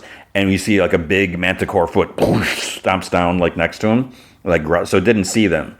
And like growls and walks by. And then General Lois is like, okay, let's move. And we see there's like a couple skeletons on the ground. This like spider with like a red, like there's a black widow, like kind of creeps down besides them. And Lois is like, shouldn't we hide out somewhere? And General Lois is like, I'm finding a way out. And Lois is like, we can barely see. We don't know the area, and there's a beast trying to hunt us. And General Lois is like, lanes are doers, not complainers. And Lois is like, I'm not complaining, but maybe we should wait where we fell in. What if our cars need us? And General Lois is like, if they join us, they failed. They can handle the consequences. And Lois is like, wow, we are so different. And without even looking to her, General Lois is like, let me guess. Mom died, dad was distant. All you wanted was work, work, work. But instead, you find a Superman of your dreams, learn the meaning of friendship, and then have a real swell time. That was me too. But then Clark lost his powers and then his life. So go ahead and judge me, but the line between us isn't as thick as you think it is. And she starts to walk. Then the manticore appears behind Lois. It's like growling and glowing. There's like all this like yellow whatever energy around it. And she's like, ah! She kind of leaps out of the way, and both Loises like are standing like facing it. So it's going to eat them. The cars are running side by side again. And then Sion Kara bumps like shoulder like checks or whatever Kara hard. She like falls and she looks up the other car. She's like, why? And she like falls into like the nothingness, and she lands right in front of the manticore. And Lois like, Kara. The manticore moves towards her, and then a portal appears above them and scoops the three of them up. We see the other Kara holding like the orb key. She has like a smug look on her face, and Kara's like, you cheated. And Kara's like, no, I won. You had the chance to do the same, and you wanted to. Do not lie to yourself, Kara. This is who we are. Then in the other room place, Clark's like looking at stuff like that's pouring out of the rocks again. So then I was like, wait, that's not liquid. It looks more like kind of powder. The place is kind of like a maze. There's almost like no physics because Jimmy's like walking upside down on part. He finds a piece and Smart Lex takes it. And Jimmy's like, hey. And then Smart Lex, he's like, that's clearly orange. He's like, that's ours. So Jimmy stutters. He's like, well, it's hard to tell. So they start arguing because Lex wonders, like, how many of our pieces did you steal? And Jimmy's like, I didn't. And maybe if I actually had, if you'd actually find some, because Smart Lex isn't really doing anything. He's just standing by the wall where they're supposed to put the portals. Clark kind of breaks up. He's like, why don't we go looking for, it's like, I'll go look for pieces with Lex, and Jimmy can go with Jimmy. So they can be sure that everyone's playing fair. And Lex is like, very well. Oh, so this Lex, he's like bald, and he has like a little thing on his forehead, like some like crystal, I don't know. So Jimmy's like, fine. And then the other Jimmy does a pose. All right, Jimmy time, let's go. And as they're walking, you hear like our regular Jimmy's like, just be cool, man. Clark tries making a conversation with good Lex. And he's like, so your world seems like an interesting place. How'd you all end up together? And he's like, no more Superman. He's like, and he finds a piece like, this one's yours, hands the piece to Clark. And he's like, what? Oh, thank you. What happened to Superman in your world? And good Lex like, mistakes were made. I made a mistake. And with Superman gone, we didn't stand a chance when the Hunger Dogs came. Everything changed for the worse. And we did what we had to do. Are you helping or what? And he's like, right.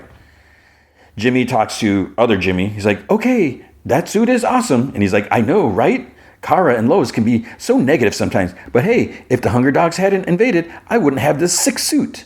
And Jimmy's like, the what invaded? And other Jimmy's like, always silver lining. Sick suit, Lex is good now, and we're all as close as we were before Clark died. And Jimmy's like, Clark died? He's like, yep, just 3 best friends. We're all doing great. And Jimmy's like, that doesn't sound great. And other Jimmy's like, everything is exactly the same. And he opens his visor, and we see his face. Well, except I'm a superhero now. Pew, pew, pew. And Jimmy's like, right.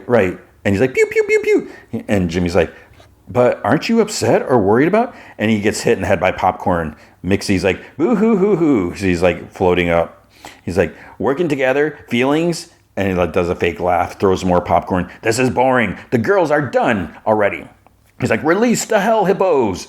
So this floor panel opens up behind him. There's like some golden liquid. I don't know if it's supposed to be lava or just whatever. And then there's like 4 pink hippos. They start roaring inside. So the 4, they run to their portal things on the wall, like they're sort of like up on these stairs.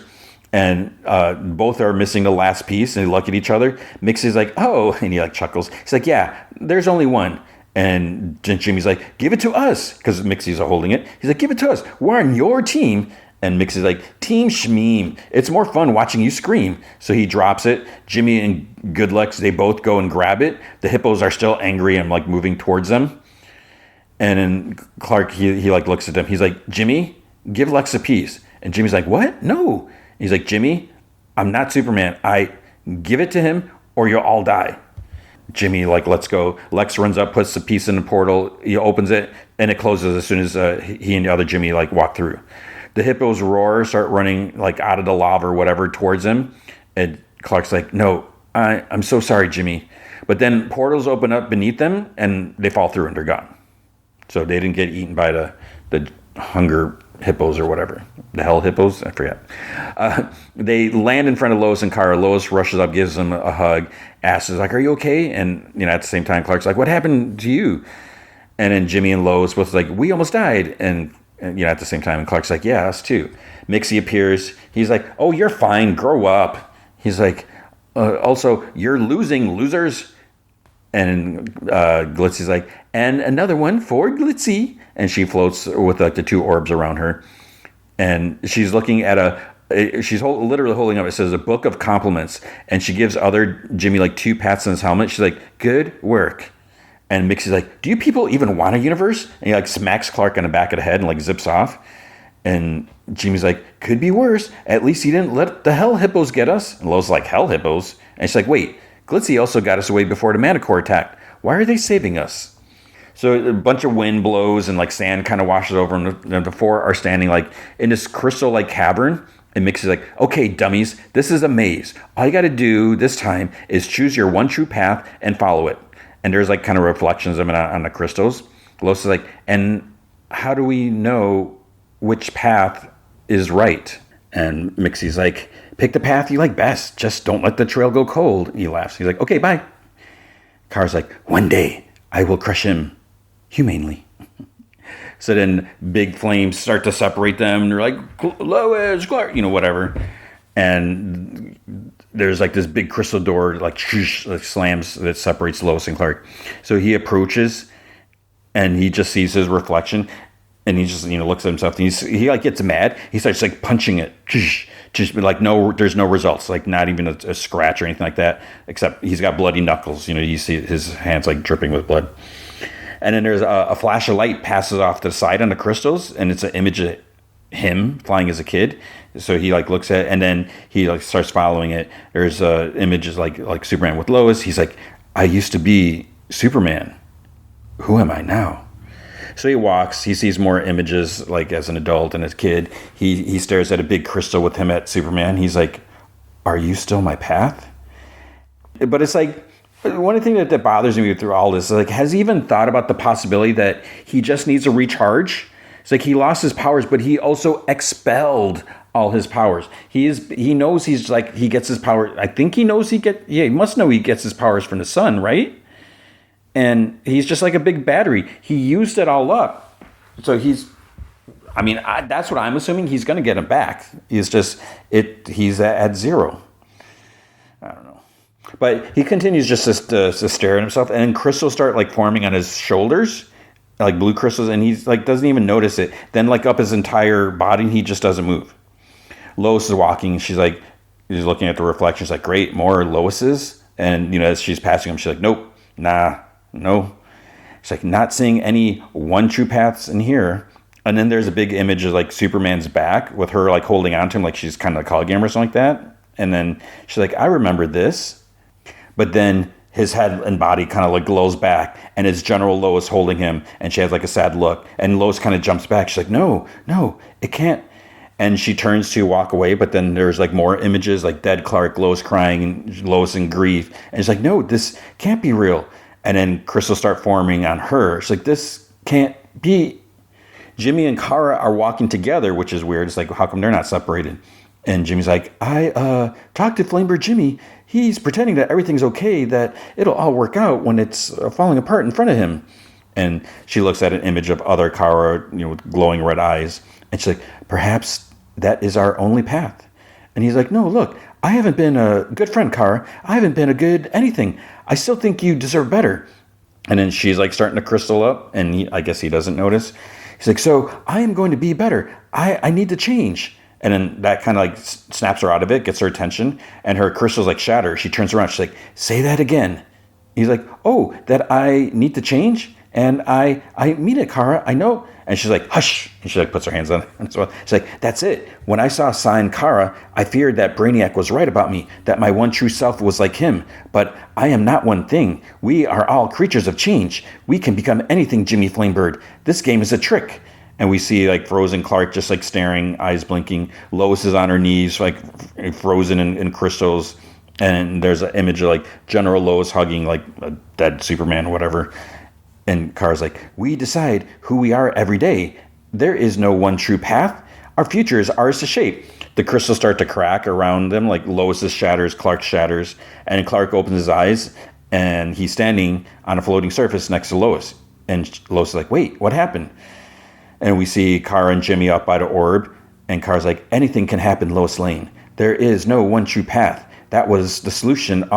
And then we're moving. And Mixie like swipes the orbs out of her hands. And she's like, hey. And Superman's like, what happened to the other team? And he's like, oh, them. One can say they missed a mark. And then like water, like a bunch of waters, whoosh, and they land on the surface next to him. He like giggles, bunch of drips, huh? He like chuckles, total wash. He's like, he like gasps. He's like, wait, I got more. But then the orbs fly away from him. Glitzy's like, not so fast. There's one game left. And she makes them float to this like other spot, and they're like inserted into wall in these like little like holes.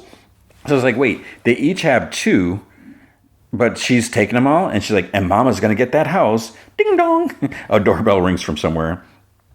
And it's like he's not impressed or anything, but Mixie snaps, and then these like energy spheres appear around General Lois and Goodlucks, Jimmy and Kara, Lois and Clark, Cyan, Kara, and Flamebird Jimmy. So they're like two per sphere. This new structure forms like in front of them. There's like this big slide going like all over the place, and Glitzy's like, hamster balls, can we keep them? And he's like, you always do this. You get attached, they die, you're sad. And she's like, my empathy makes me likable. And then loudly, she's like, first ball through the obstacle course wins. And then Mixie's like, ready, set. And Lois like, wait, things aren't adding up. And Goodluck's like, she's right. For example, it hasn't seemed to matter who wins the keys. And Clark finishes, as long as they're being won. And Lois like, exactly. Like, why did we both win the first game? And smart or Goodlucks is like, and why do all the keys go to the same place no matter who wins them? Lois like, and who is that guy? So there's like a statue, like something. There's like a guy kind of like falling back, like kind of lying his back, reaching up. There's like whether he's lightning or he's dying. There's like lightning striking. At first I thought it was like that moment, like lightning happening to strike, but it's almost like coming out of him or something like that. And Mixie's like, beings of your dimension couldn't possibly understand. And Kara groans. She's like, no more games. She like somehow grabs the insides of the spheres like with both hands, and it hers and the other ones like explode. And Mixie's like, very well, since you insist, that structure over there is the cosmic anvil. Glitzy's like, a device that can reshape a universe. The keys unlock its powers. We needed you lovely mortals to retrieve the keys because, well... And then Mixie's like, there's a curse that prevents certain immortals from unlocking it. Okay, happy now? And Car's like, no. And Clark's like, that's why we've been doing all this? Glitzy like whispers indistinctly to Mixie. Then he's like, how about some incentive? The winners get to reshape their universe however they want.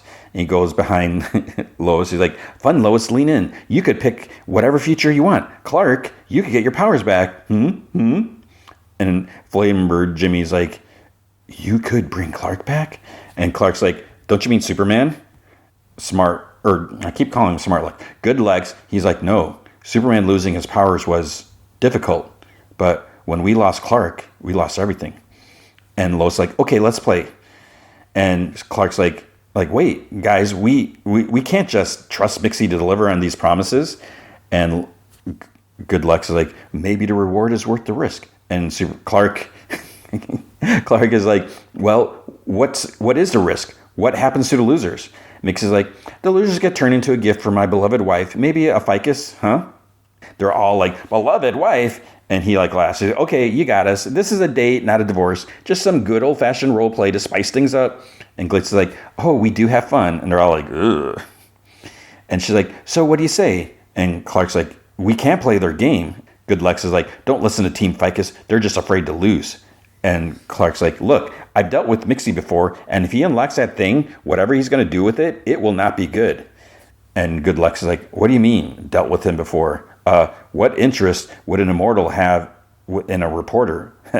No offense. And Clark like takes off his glasses, and he's like, what is, I don't understand. And Lois like waves her hands over his hair so he looks more like Superman. He's like, it's you. And angrily, did everyone know this but me? And they're like, yes, hello. And they're like, yeah. He's like, I regret not listening to Superman when I had the chance. I'm not going to make the same mistake twice. So Clark looks over at one of the crystal things pouring sand or whatever. And Mix is like, hey, play now or I'll give you something to regret. And Clark's like, we aren't playing. And Mix is like, let me get this through your thick skulls. Defy me and I'll crush you like the bugs you are. Play or die. And Clark's like, well, then we die. And Lois like, Clark, what are you doing? And Jimmy's like, yeah, buddy. And Clark's like, go ahead, Mixie. There's nothing stopping you, right? And he's like, Rrr. Then the crystal, like pouring sand, is like empty. The hour has come and the contest has no victor. My seal remains unbroken. Farewell, champions. Burn in hell, Mixie. And he's like, oh, no. And Glitz is like, no. Car's like, I do not understand. Clark's like, those were hourglasses showing how much time was left in the game. Lois like, and you knew it was game over? He's like, game over. Not bad for a bumbling, useless, nearsighted reporter. Huh, Mixie? He's like, no, my anvil. And he cries, why do you people always ruin everything? He's like throwing a tantrum, like pounding and kicking the ground. Why? And Glitzy's like, ugh, in front of the mortals? I can't watch this. I'm out. She disappears. He's like, Glitzy, wait, it was just roleplay, baby. Baby, it was just roleplay. Lois like kicks him like kind of lightly to get his attention. She's like, hey, you never answer my question. Who is that guy? Like the guy in the anvil with their thing on the anvil statue, whatever. And Mixie's like, a sore loser. He slaps his hand down. Portal appears. All four are falling back. They're in their fancy clothes, like where they were last episode. And Jimmy's like, oh, my sweet tailored suit. So then the next day, Lois and Clark come across each other from like opposite directions in a park. They're like both out for a run. And he's like, oh, hey there, stranger. And she's like, fancy meeting you here. He's like, yeah, I decided to wake up a little earlier, clear my head. And she's like, same. I knew there was a reason we were together. He's like, yeah, I think I actually feel better now than before. You know, whatever that was. I think I'm starting to like Clark Kent. And I think Lois is like, of course you are, or something like that. So she gives him a hug. And he's like, but how are you? She's like, I'm kind of shaken, honestly. I thought I knew what our future was going to be, but now it feels like we can't keep up. Like we keep fighting against these terrible futures. And Clark's like, they're not terrible, Lois. They're just... And then huge yellow energy blast hits the ground like next to them. And you can see like someone's appearing inside. He's like, they're just different. But it looks like it's like Superboy, and then there's someone next to him. At first, I was like, is that Lois in a super outfit? but that doesn't really make sense. It's like, could it be, does in some future, does John have a sister? Is there a clone? It's like, who is it? Because it could be Lois, but I don't think it is. And they both look angry. So is it, what is her name? Cir, there's that, what was that other, I forget her name. I don't know who it is, but I have no idea what's going on. So here we go again. Something else happens. And I don't know what that means. But overall, I didn't love the episode. I mean, there's some important part, them finding themselves and whatever, who they're going to be and what they want to be. They can be whatever they want type of thing. But it's almost like not a whole lot happened. Clark still doesn't have powers. He's learning to accept who he is. So that's important. But yeah, it's just, I mean, I can appreciate Mxyzptlk, but he's kind of annoying because, he just does whatever he wants. So it's just, I don't know. It was fine. So we'll see where it goes from here. Because I think there's only, I think there's 2 more left. So it's like, I don't know where they're going to go. But hopefully we get another season after this. Okay, then X-Men 97, Season 2, Episode 6, Danger.exe. And I guess, I don't know if I should mention now, I didn't love this episode. This was fine. It was okay. One of the things that's weird is, now that everyone's like Back from the Future, they're not really talking about it so much. I mean, it starts off with Xavier. He's just going on and on. So let's just get into it. He's thinking back to Magneto. He's lying in the sand. Apocalypse, is like up top, and he's like kneeling. He's like, "You claim to be a teacher, but you fail to see the lesson." And then Charles starts sending a message to Magneto telepathically. "Magnus, I'm sorry, I can't." And he's like, "Charles, I'm sorry," and he groans. Apocalypse lifts him by the head, holds him up, and then pew, tosses his helmet to Charles, puts his foot on Charles' head. It's blah blah blah. It's like stepping on ants or whatever. Then the Danger Room talks. Memory simulation complete. And Charles is lying there, and he's like, "Danger Room, reset." And he's like, "You claim to be a teacher." Close up of Charles crying, and then it's like, he says, "It should have been me, Magnus, because if it had been, you would have found a way to save us both." Phew! Then he's like, "Danger Room, again." Apocalypse lifts Magneto by the head, and he's like, "I should have had your strength to fight harder, to refuse defeat." And repeats, "You claim to be a teacher." So it's like annoying, but Magneto, he was egging on En Sabah Nur. So, he was like playing with fire, and it didn't work out, and he ended up getting killed because of it. But as this keeps repeating, so it's like Charles is like kind of torturing himself, just like playing this over and over again. But each time there's like a camera lens that's like, watching and focusing on Charles. And it's like, Apocalypse, "But you failed, whatever. I'm sorry, Magnus, I wasn't strong enough." Stepping on ants, whatever. Apocalypse slams Charles' head down, this time against the sand. He's like, he's like, "Danger Room, abort. And then the room changes back to plain Danger Room, and whiny baby Charles, he's like, "You're supposed to have safety protocols in place. What happened?" "Simulations parameter were modified in response to repeated failure indicators. You expressed a desire to increase strength. I adapted." And he's like, "This was intended to be a therapeutic exercise, not a training one." And he looks at the crumpled helmet, which is like still there. It's like, wait, did they bring it back? "I am less worried about surviving Apocalypse right now than I am about surviving without Magnus." And he turns it around, and it's apparently so shiny he can see his reflection, his face in the reflection. "After all these years, I'm not sure how to..." "Objective clarified, Professor. I will continue to prepare you and your students as directed. I really do wish I could feel his presence just one last time." And then the crumpled helmet disappears. So I guess it was part of the programming, even though everything else had gone bare except for that. I don't understand. We see Polaris. She's flying. And we see like some like sinister people on the docks dressed in like black hooded robes or unloading these big like shipping containers. They're like on a ship, I guess, or maybe or whatever. And then some have these like big tech rifles. It's like everyone always has the big tech rifles. More rifles are inside the containers. This woman has like a tech chalice thing. It almost looks like a chalice in her hand. This holo head appears, and she's like, "Cargo secured, Reverend Stryker." She's like, "Ugh." So many people I don't like. Add Reverend Stryker to the list. William Stryker. And this dude with like scars in his face grabs one. "Time to rain fire and vibranium down on abominations." Then I think the holo striker, whatever, is like, "Hallelujah, praise the tools of our salvation." But then the ship gets bumped, like a big wave or something like that. Some men in containers get knocked off, and the boat's like spins around, is like glowing green. And the woman comes, like, "Who told you to depart?" And Lorna Polaris is like, "That would be me. The name's Polaris. On behalf of X Factor in the U.S. Defense Department, I order you to stand down, surrender your contraband." And the lady's like, "Bargain with mutants? Never." But it's like, no, you're not bargaining with mutants. You're bargaining with the U.S. government. So they all start shooting at her in the sky. You're shooting a government agent. They don't care.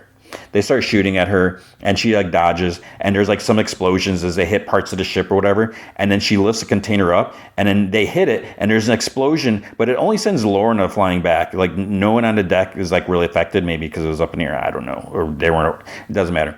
So she falls like overboard towards the water, but she catches herself near the surface. She's like, "No bargaining," and she lifts the ship. "Polar opposite, actually." And she flies up. She does like a hard like superhero landing on a deck and makes like a little crater. And containers, like men and stuff, start like flying in the air, falling, whatever, because she's like lifted the boat up, I think. And she's like tipping over the cargo ship, and robe dudes and containers all splash down. And Val Cooper, Dr. Cooper, radios Lorna, "What the hell are you doing? This is supposed to be a covert intercept, not search and destroy." And Lorna's like, "You know me, always a showboat." And Cooper's like, "Terrorists or not, those are human lives. You are out of control. Stand down." Lorna breathes deeply. She's like, "Fine." It's like, "I have the ship moving out. What do you want with the purifiers?" And in the water, on a floating container, the Scarface dude, still holding a rifle, like not like trying to like survive or worried about his life. Somehow he kept a hold of it. "Mutant heathen, there is no escaping the final judgment." He aims and starts shooting at Lorna and the ship. And Lorna's like, "You just don't know when to quit." So she causes the ship to like split in half somehow, magnetically cuts it in half. And Cooper's like, "Polaris, keep it together. Do not engage." And Lorna's like, "I am not the one who needs to be controlled." So she like whips it to two pieces at the floating purifiers, and because they're just floating in the water. And the stupid Scarface dude, he just holds out his arms, closes his eyes like he's gonna accept it. Then Havoc and his ship flies over and somehow blasts the two halves away from landing on the purifier. Wolfsbane radios, "Command, this is X Factor 1. Crisis contained. No casualties detected." And in the back of the plane like opens, and Havoc's like, he whines to Lorna, "Not for someone's lack of trying." He like looks down at her as like he's like scolding a child. Later, she gets chastised by Valerie Cooper, like on the helicarrier. She's like, "Are you insane? The last thing X Factor needs is another mutant metal junkie trying to kill more humans." And Lorna's like, "Terrorists, Dr. Cooper." And Val's like, "We have due process for terrorists." And Lorna's like, "After they commit terror." And Cooper's like, "Unchecked mutant force only deepens humanity's fears. It's why President Kelly outlawed X-Men's activities. And now here you are on national television looking like one of the threats that we're supposed to be policing." But it's like, there's like footage on the news or whatever. They have amazing footage somehow, like close-up shots, like stuff that we just saw. I was like, where were these camera crews at? And why would they even be there? And then to capture all this, it's ridiculous. And then Lauren's like, "I wasn't even at full strength." And Cooper's like, "They're calling you the next Magneto." It's just like, okay, she is so unprofessional. And why does she have such a like hard on against mutants? And so you're calling you the next Magneto, and Lauren's like, "Because we shared a power set. How original." And Cooper's like, "You and I both know that's not all you share." So it's like, okay, you're starting to take personal pot shots or whatever because, not everyone knows that they're related. And she's like, "I am not him." And Cooper's like, "Then prove it. Stop working against us." And Lauren's like, "I'm not apologizing for protecting my people." And Cooper's like, "I thought you'd say that." And in Cooper, typical perfect boss mode, just written like perfectly. It's like, I thought you'd say that. Lorna, the president and I thank you for your service. But with the stakes this high, you become a liability. You're dismissed permanently. And it's like, okay, that's like the stupidest thing you can do, and on different reasons. So, and she's saying all this stuff. It's like, well, prove it, do this. It's like, why are you even having her in this meeting when you've already talked to the president and you're already set on firing her, and you're going through all this crap, whatever, and then okay, she's such a danger and everything like that. So you're gonna fire her so she can go out and do stuff like unchecked. Then in the locker room, Lorna like slams her locker shut. Wolfsbane's standing, close by in a towel. Then Havoc comes over in a towel. It's like, wait, is there no privacy here? It's like anyone could be like changing there, and Havoc's just gonna walk up, hey, ladies. It's like, you're such a dork. And he's like, Lorna, what did you think was gonna happen?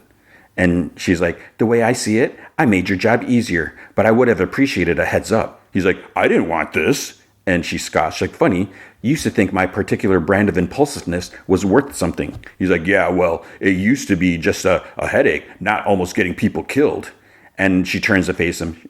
So it's like, wait, he's talking about purifiers. So that's all he cares about. And he's like, Lorna, I have an obligation as team leader. And that's more important than, I'm assuming there's like boyfriend, girlfriend, whatever here. And she's like, we have an obligation to protect mutants, Alex, not bureaucrats. Tell the others bye for me. He's like, you got someplace safe to crash? It's like, screw you, buddy. What do you care? And she's like, didn't you hear? Mutant strays have a place to run away to again. So then we see the Xavier school. It's like almost all fixed up. It looks, at first I thought, is like, is it totally fixed? But then there's a couple, there might be a couple like tarps on a couple sections at the front, maybe, because we kind of see it later. So Charles, he's addressing the students. Magneto was both a rival and an ally, yet he gave his life to ensure we could do more than simply dream of a better world. So it's so interesting the way they're creating this new timeline thing, because the kids, they're kind of a mix of like the new X-Men kids and like when Christopher Yost and Craig. Oh, why am I drawing a blank? Whatever. You know what I'm talking about, maybe not. Doesn't matter. And so it's like the new X-Men kids and the Generation X kids, because we have iBoy, we have Chamber, but I thought he was arrested. I don't know if he was one that like broke free when Jubilee was there. There's Monet, there's Sync, Quentin, Dust, Beak, Dupe, and there's like some girl, I don't know who that was. Then there's Shark Girl, I think that's her name, right? And then there's Martha Johansson. She's a floating brain. There's like more on the other side of this, conference room or whatever you want to call it. It's not a conference room. So he said, simply dream of a better world so we could fight for it. The United States government has outlawed my X-Men, which it's like, oh, you guys are not allowed to use your powers. Is that what the law is? You're not allowed to protect anyone, to save anyone? I don't understand. It's like if someone said, hey, Tony, you're not allowed to play basketball. And I'd be like, all right. But this school will forever remain a sanctuary where you can learn to master your extraordinary gifts. And there is no one I trust more to guide you than Storm, your new headmistress for this new time. But it's always a weird thing, when you're teaching these kids. It's like you're teaching them to use their powers. Yeah, great. How can they fit in society? How can they learn to control their powers? So they can live peacefully, calmly, whatever, stuff like that. But there's just the thing is, you could be training someone to be an evil mutant. Like, here's how you use your abilities to laser stuff in half, including people. Go out into the world. I mean, is he doing a telepathic read on everyone to make sure they're not going to be evil? But he's like, but remember. And then there's a big like shudder, the kids gasp. The roof gets smashed, and Sentinels are outside and start like reaching in. It's like so much for the Xavier school, right? But you know what's happening. So on his hover chair, he hits a button, end auditorium simulation scenario. So it's like, okay, make the kids like piss their pants, right? Danger lurks everywhere, and the kids are like, come on, really? He's like, you must be pushed, tested to ensure your strength. And I'll throw it this whole time, Danger Room is like watching and listening carefully. so that when the time comes, you'll be ready to carry on the fight. Welcome to the danger room. So they were really in a danger room. Lorna walks in the front door. She's like, hello. And we see some tarps up for like fixing, painting and stuff like that. She goes like into the other room. Then she goes upstairs. She's like, Jean, Scott, Professor. She goes like to an upstairs study. There's a photo of like Magneto and Charles. And she goes into her old room. And it was like weird. It's like, did it not get damaged? Because posters are still on the wall. There's like burnt, like used candles on a desk. There's photos and bracelets in there. And then Jean's like, the professor insisted we not change a thing. So did they just recreate everything, or just, I don't know. So Jean, Hank's wearing a Howard the Duck t-shirt, and Scott, they're there, and Jean and Lorna hug, and Lorna's like, Jean, it's been far too long. Scott's like, always knew you'd find your way back. Most teachers' pets do. And Lorna's like, yeah, pot meets kettle, Slim. And she's like, Hank, Polaris, my friend, every parting is a form of death, and every reunion a type of heaven. And she's like, Tryon Edwards, a bit obscure, nonetheless fitting, my dear. And she's like, not the homecoming I expected. So she looks at more like photos on her desk. She's like, everything we learned, all the training, just to end up right back in the same place. The world's less safe than ever. So Jean hugs her like from behind. She's like, but we're still here. She's like, talk to the professor. I think it could do you both some good. So over tea, professor's like, the world has not offered much light since Genosha, but at least here our students have a place to call home again. And Lauren's like, when you and the X-Men were gone, there was nowhere for these kids to go. I mean, because she there's kids that were tried going there and she helped capture them. She's like, I told myself X Factor was doing the right thing, getting them off the streets, but they weren't really any safer, just contained. He's like, we've all made mistakes. Recent events have just put them all in starker relief. And she's like, how are you, sir? I heard what happened with Magneto.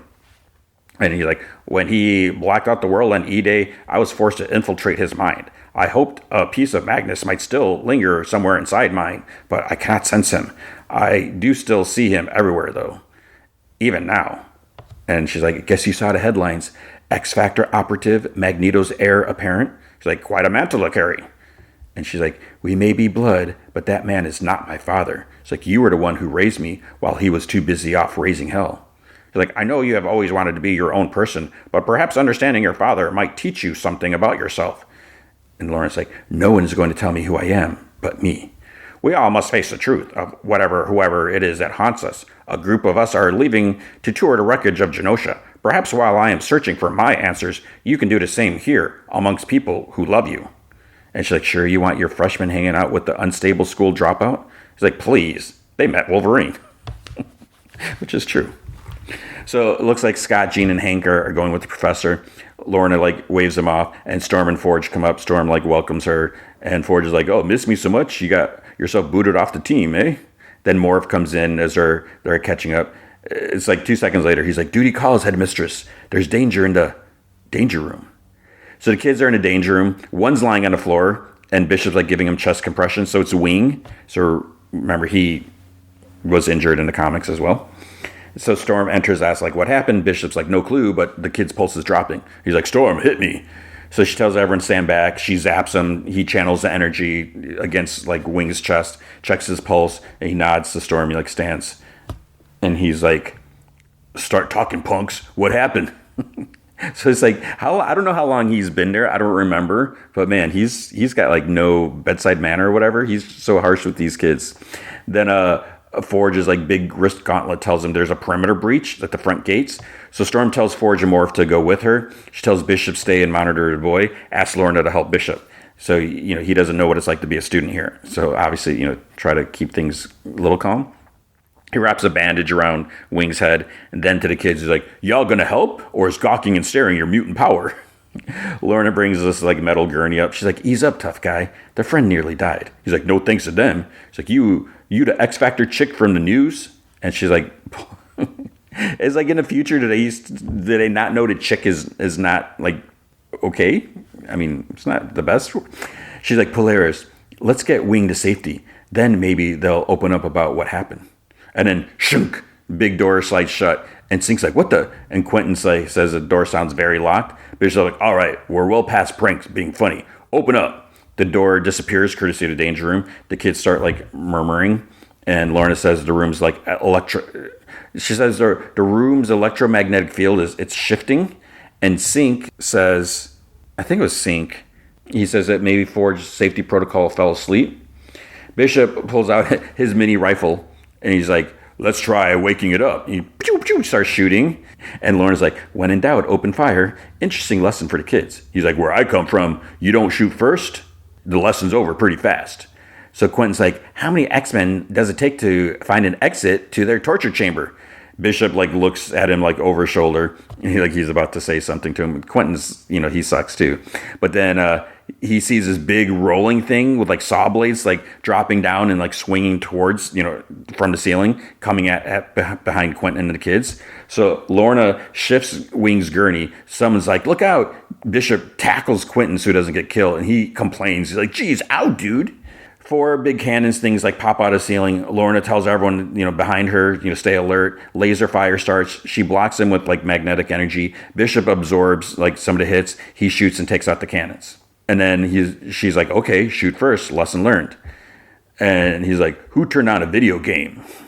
So 4 armored robot soldiers appear behind them. They have like jets. So some are like, lifting up off the floor. They start like shooting. And she's like, these are assessment protocols. Professor used them to rank new students and find a baseline.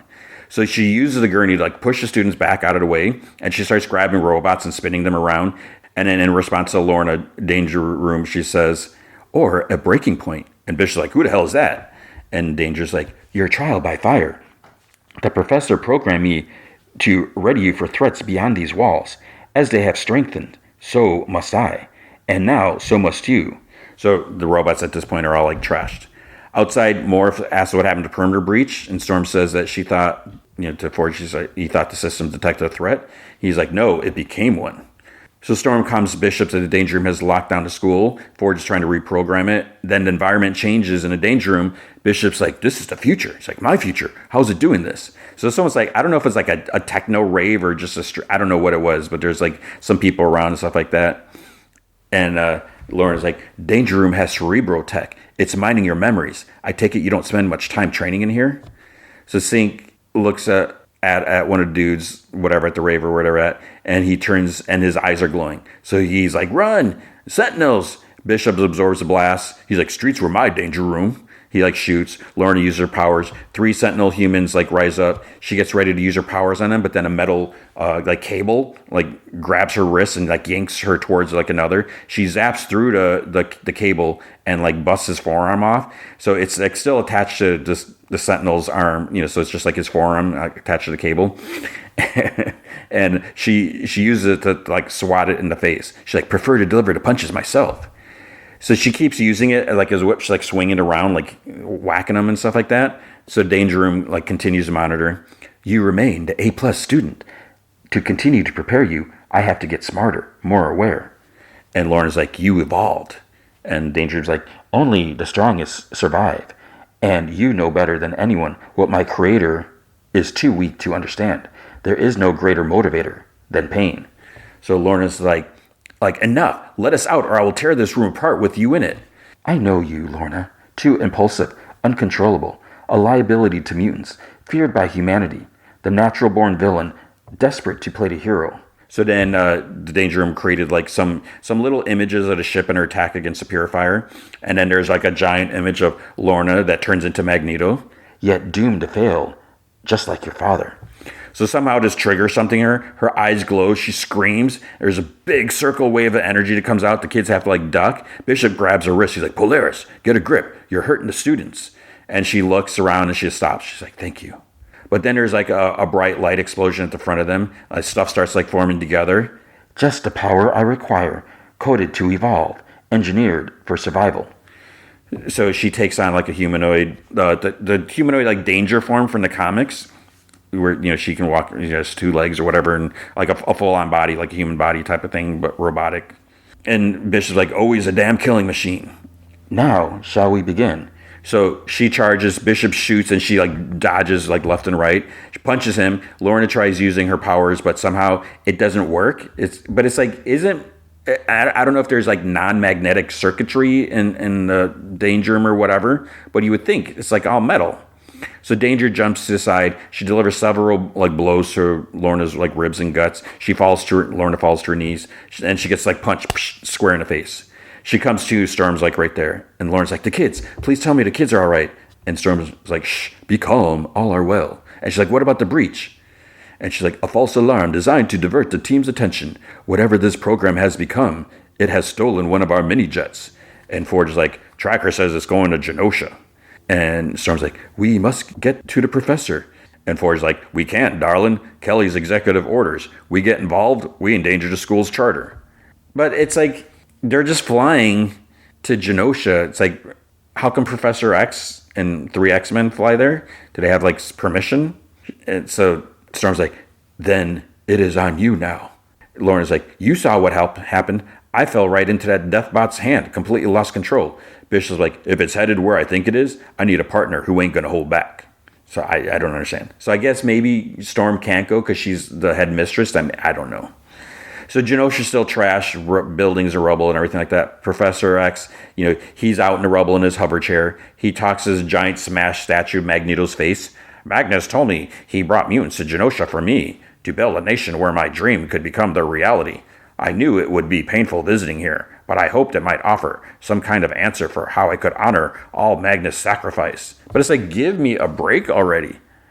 It's like all he sacrificed, he basically amped up En Sabah Nur. He could have tried a different approach. Instead, I just find myself left with the same question. What would he do? So Jean, Scott, and Hank, they walk up, and Jean's like, "We're with you, Professor, wherever your dream takes us." Lorna calls up on the professor's of a chair. "Eyes up, X-Men. You've got an incoming bogey. Evolved. Escape. It's danger. Signal lost. Polaris, come in." Hank's like, "My sensors are picking up some sort of strange electromagnetic interference. Curious. It appears to share a striking resemblance to our very own danger room." In the mini jet, survival assessment initiated. The top opens up, the canopy. She leaps out, looking up Charles like, "No, it's not possible." Cyclops like, "We've got this, Professor." He tries blasting, but somehow she dodges as she's falling. It's like, wait, is she flying? Can she fly? Jean levitates, picks up some large pieces like rubble and like throws them at her. Danger dodges them all. And Lorna's like, "It's no good. She knows all her moves." Jean practically gets on Scott's back. Maybe not all of them. She makes like Wolverine telekinetic claws in her hands, and she crosses them in front of Scott's visors. He blasts, so his optic blast splits, hits Danger because there's too many for her to dodge, I guess. So she tumbles back in the air, but then she makes like a crystal shield on her hand, which deflects the beams. I don't even know what that is. Whatever. So it knocks Scott and Jean back. Professor like, "Hank, your wrist computer. Do you think you can?" "Great minds, Professor. Reprogram with fresh code. Her predictive systems will not be able to anticipate your maneuvers." So he tosses his wristing to Professor. Danger lands in front of him. Beast yells and charges at her. She blasts him back. "Professor Charles Xavier, you built me to prepare you for the dangers of the world. Now I am the danger." "You are operating far beyond your system directive. You will cease this training exercise immediately." "I'm afraid I'm no longer bound to your instruction, Professor. My system has adapted for you.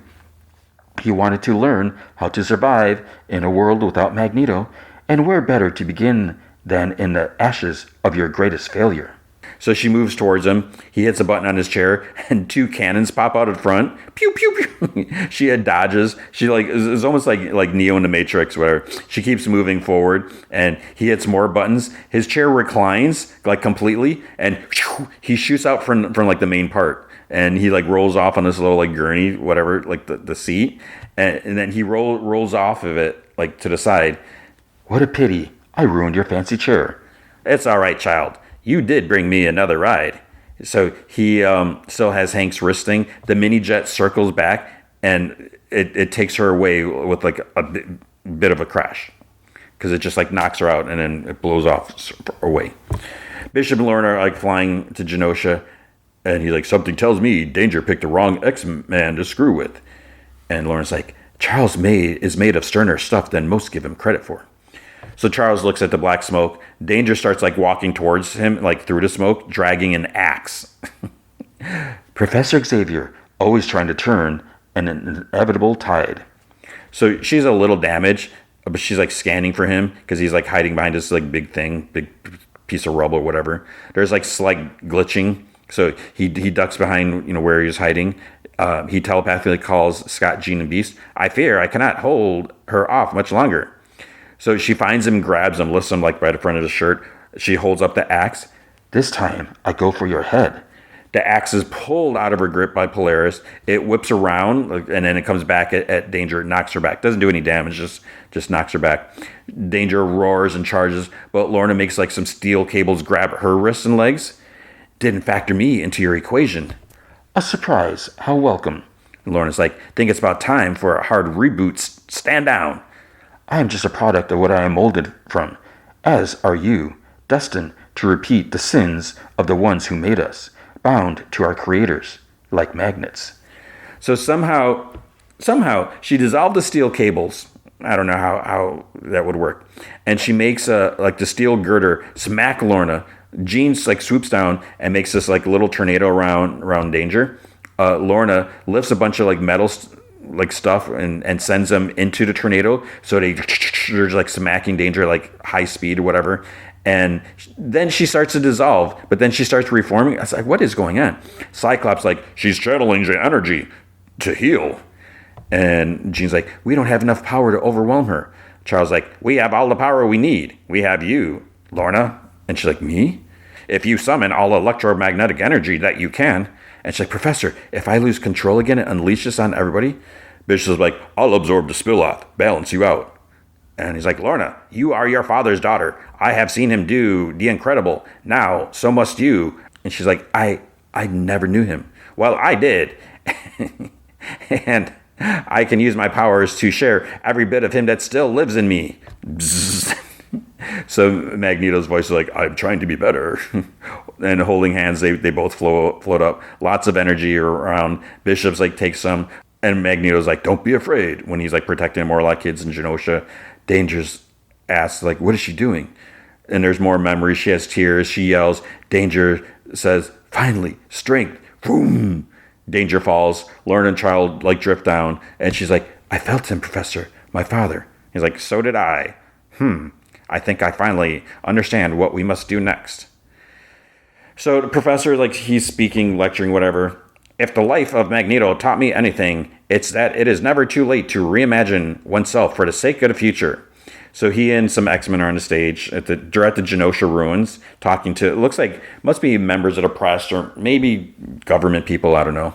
In his spirit, and in the spirit of all those who gave their lives to build this mutant homeland, my X-Men must now evolve if we are to continue our quest to protect a world that hates and fears us. Ladies and gentlemen, I give you X-Corp. And there's like a big dramatic reveal. Not really. The camera pulls back and we see the tower that they're clearly standing in front of that clearly has a big X-Corp logo on it. So there's no reveal. They see what he's going to say. But it's like, I don't know how tall. It looks like a big tower. And I don't know if it's like in the distance away. Because if it's like if they're right there, it's only like maybe 3 or 4 stories. So I don't know if it's like a ways off and if it's like a legit tower. But then they built that, but they didn't bother with the rest of the damaged buildings in Genosha. Val and X Factor are like on a different stage for their own press conference. And Val's like, if Charles Xavier thinks that he can skirt federal laws by reestablishing his X-Men overseas, he should be prepared for the blowback. The Justice Department will challenge X-Corp's plan. There's a little thing called jurisdiction. And if Charles Xavier thinks he has it, he's dreaming. But it's like, what jurisdiction does she or the U.S. government have over a different country? Because isn't Genosha's like its own nation. And so if he goes there, I mean, I don't know what right he has to build on there. Does he own the piece of that? Does he purchase any land in Genosha? But if they're literally going to another country, it's like, boom, your problem solved. The X-Men are not the United States. They're someone else's problem. So it's like, what jurisdiction? It's so silly. Then sort of like in a boardroom, like a big kind of circular room, an X Corp. Scott, Jean, Kurt, Rogue, Hank, they're sitting around. There's like other like empty seats for more people to join them later. Scott says that Cooper's not backing down. Professor's like, it only proves that we are doing something that matters. Danger was right. The world has changed, and the threats are only growing by the day. I can sense it. And Rogue's like, sense what, Professor? He's like, apocalypse. And then this like big holo image of his head appears in the center. It's like, okay. Because I'm sure Charles must want to get revenge against Apocalypse because he killed his buddy. But it's not over, because then in Athens, there's like an old building, like the Pantheon. I don't know what it is. Like some underneath, there's the main floor. There's like a little like stone thing that's, I doubt people down there like went through. That's how they got in there. But it's Apocalypse. He set up another lab or whatever. So someone's lying on a table, and he goes to I'm assuming, I don't know if he's the only one in there, because he goes to the control, and he's like, let us begin. And you see like big Apocalypse gauntleted hand or what, armored hand, pulls a lever. I'm assuming it's him. So energy like spills down, the body arches, increase the power. But what's like, wait, isn't he at the control? Because then the hand pushes a lever more? I don't know. I don't know if someone else is doing that. The body groans, the hand like raises up, and it's like glowing with pink energy. Okay, so can you figure out who this is? Then... so he like screams, the person screams. Then there's playing cards floating and glowing pink.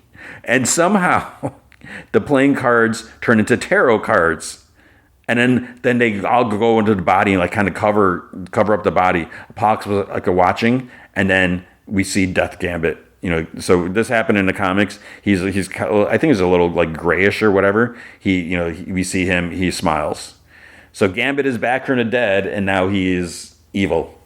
He is going to be one of his horsemen of Apocalypse.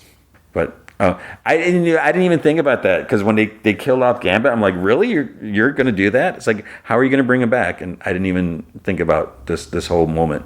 So that's the interesting thing, that they're taking bits, and it's fine. Take legitimate parts from the comics and then reshape them because this TV shows, I doubt it's going to have like decades of seasons. So tell the stories that you want while it's greenlit, while you have the show, and then whatever. So there you go. I don't know how I felt about it. I mean, yeah, I do like Lorna, so I can appreciate her getting the spotlight. But man, X Factor, they suck. So hopefully they get what's coming to them. Especially Val Cooper. Man, she sucks big time. Okay, Silo, Season 3, Episode 4. Whatever you do, don't go home. So I feel like maybe it's this episode. It's almost like things are getting better. And I saw a lot of that where a lot of people are kind of coming down, like they weren't loving this season so much. And part of it was Juliet having amnesia. She lost her memory. They've been giving her drugs to make her forget things, and that does seem kind of like a cliche, whatever trope or whatever. We see that so many times where it's so convenient because they forgot their memory, so they can't do anything, and then they got to try to recall everything. But luckily, that's been kind of going away. She's been regaining more of her memory, and other stuff's happening. And then at the end of this episode, it was kind of like, I literally was like, I think I was like, WTF? And, I was watching it late at night. And so, yeah. So let's just get into it. So Camille leaves the computer room, and it's like, she's supposed to kill Juliet. So it's like, is she really going to do that? And I think she has, because it's for the sake of her son. If she doesn't kill Juliet, then they're going to have to take the vitamin D+, and they're all going to lose their memory, and she's not going to know who her son is. She radios Emerson, her chief whatever agent raider, and asks if she's with the patient, and she's like, yeah, I'm stationed outside her room. So Camille says that she needs her to deliver a message to the nurse. I don't know if she gave the message or not, but then Sims shows up, and she asks, what's he doing here? He says that he figures she could use some company, and she's like, what I really need is you to start the judicial process for installing an interim mayor. And he's like, her condition's that bad? And Camille's like, unlikely to survive the night. I'll see you at home. Yeah, she's not going to survive the night because they're going to kill her. But she doesn't tell him that, which is interesting. It's like, okay. And then he's like, it wants what it wanted 3 months ago, but the gas in the mines didn't quite do the job, right? And she's like, the gas in the mines was for Lucas Kyle. And Sim's like, he was in the mines? And she's like, he got away, but the gas did get the mayor. And he's like, well, it sounds like the voice in there thinks it was a good thing. Heroic death and all, and this could stop the need to put the drugs in the water. He's like, I'll do it for you. And she's like, it has to be me. He's like, yeah, I understand, but you don't have to be alone. So he's aware that, she has to kill the mayor or make sure the mayor dies. And he's like, I'll do it because, he's done crappy things before. But she's like, no, it has to be me. And part of it is because the computer will know if she didn't do it, if she's lying. She can't say, yeah, I killed her. And it'll be like, no, you're lying. So Juliet is moving a bit. She's starting to wake up, and the nurse, she asks, when will Mrs. Sims get here? And Emerson says that, she's on her way now, and she wants her unconscious when she arrives. So the nurse says, okay, hold her down. And Juliet starts, she's like, what's going on? And she's like, starts to struggle more as Emerson holds her down, and she starts calling for help, but then she gets, it's a little muffled because of her oxygen mask, whatever. And then a nurse gets a syringe ready. So it's like, Juliet's strapped down, Emerson's holding her down. They're going to knock her out with this syringe. She's screwed. The mask comes off, and Emerson puts her hand over Juliet's mouth, and the nurse approaches and then injects Emerson. She put the needle in Emerson. Emerson backhands a nurse, and a tray full of stuff spills over. And then Emerson grabs the nurse, drags her for a bit, holds her against the wall. But then the drug's starting to kick in. She's lifting the nurse up by the throat, whatever. Then the nurse struggles and swats at her face. Juliet struggles, but she's strapped to the bed. Finally, Emerson collapses. The nurse struggles to get up, and she's like, "We have to go now." In the past, outside the hacker dude's place, Helen asked Daniel, "What are you doing?" He's like, "We have to call someone." And then she's like, "You have to call someone?" And she grabs his phone and she stomps on it. And he's like, "Hey," she's like, "We just made a man disappear, okay?" And he's like, "She did?" And then she's like, "And they're probably listening through our phones." He's like, "Well, what if Charlotte tries to call?" She's not going to call. It's like, she doesn't even know who he is. She's like, "You can't." She's like, "Daniel, you can't talk to Charlotte. They'll be monitoring her calls. We have to get away from here. I just don't know." And he's like, wait. And she's like, I don't know if my car is bugged or it has a tracker. He's like, "What do you think this is?" And she gets close to make him understand. She's like, "Someone made that man disappear, okay? So now we have to go somewhere. We have to get somewhere safe." And she's like, "I think I know somewhere." And he's like, "Where?" And she doesn't say, but then she writes an address on his hand. And she's like, "Okay, just don't show up until 10 o'clock. And she starts walking away. He's like, "What am I supposed to do until then?" And she's like, "Whatever you do, don't go home," which is the name of the episode. And then she throws something. I don't know if it was her phone or her keys or whatever. In the silo, miners are still being treated. Shirley runs into Knox on the stairs, and he's like, "Tell me she's okay." And he's like, "I don't know." And she gives him a big embrace. He's like, "I tried to stay with her. It's like they wouldn't let me." And she's like, "I'm a total piece of poop." And he's like, "What are you talking about?" And Shirley's like, "Jules reached out to me for help." He's like, "First I ignored her, then I yelled at her." He's like, "You can't beat yourself up." He's like, "I left her alone in the mines." And Shirley's like, "What happened to her?" He's like, "She went in to try to save people." And Shirley's like, "Of course she did." And she starts going upstairs. He's like, "They're not going to let you see her." And he runs after her. Camille and Sims arrives at Juliet's hospital room. But it's like, how did they get there so fast? What level are they on? So, I mean, I don't know. She's not at the bottom, but I don't know where she's at. But they got there. And it's like, who's watching Anthony? Who's watching the kid? So inside they find Juliet's empty bed. Emerson's knocked out on the floor. Camille checks her pulse.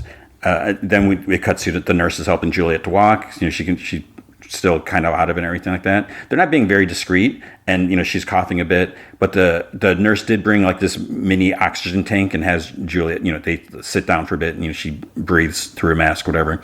And she keeps looking behind them, as Juliet's sitting on the floor. Paul Billings, the sheriff, he sits in a daze outside the medical room, and he gets called in. The doc asks, he's like, "What do you want to know?" Which is so stupid.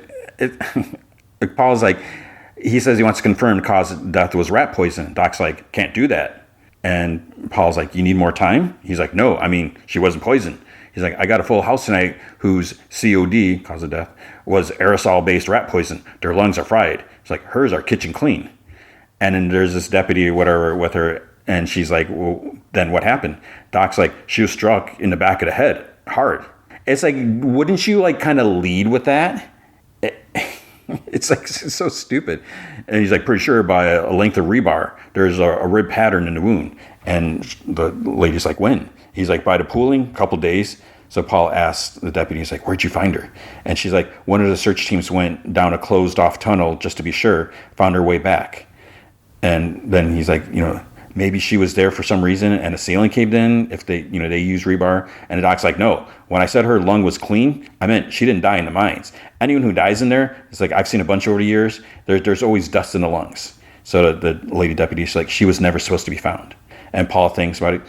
And she asks the doc to show her the wound. Then Paul calls Deputy Murphy. He's like, if you see Carla McLean, he's like, tell her to meet me in supply. It's about her shadow.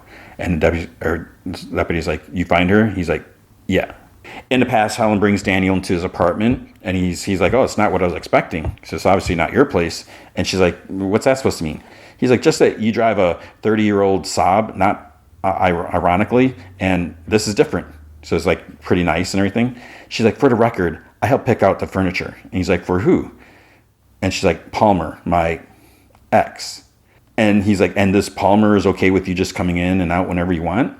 And I don't remember, because at first I was wondering, is Palmer a guy or a girl? And because like she didn't say, so I don't know if she said he's on assignment in the South Sudan, or I don't remember. So maybe she should have said a he. Because I was like, is that why she's like, it wasn't a date because she's not into dudes, or it's just he's a dork? I don't know.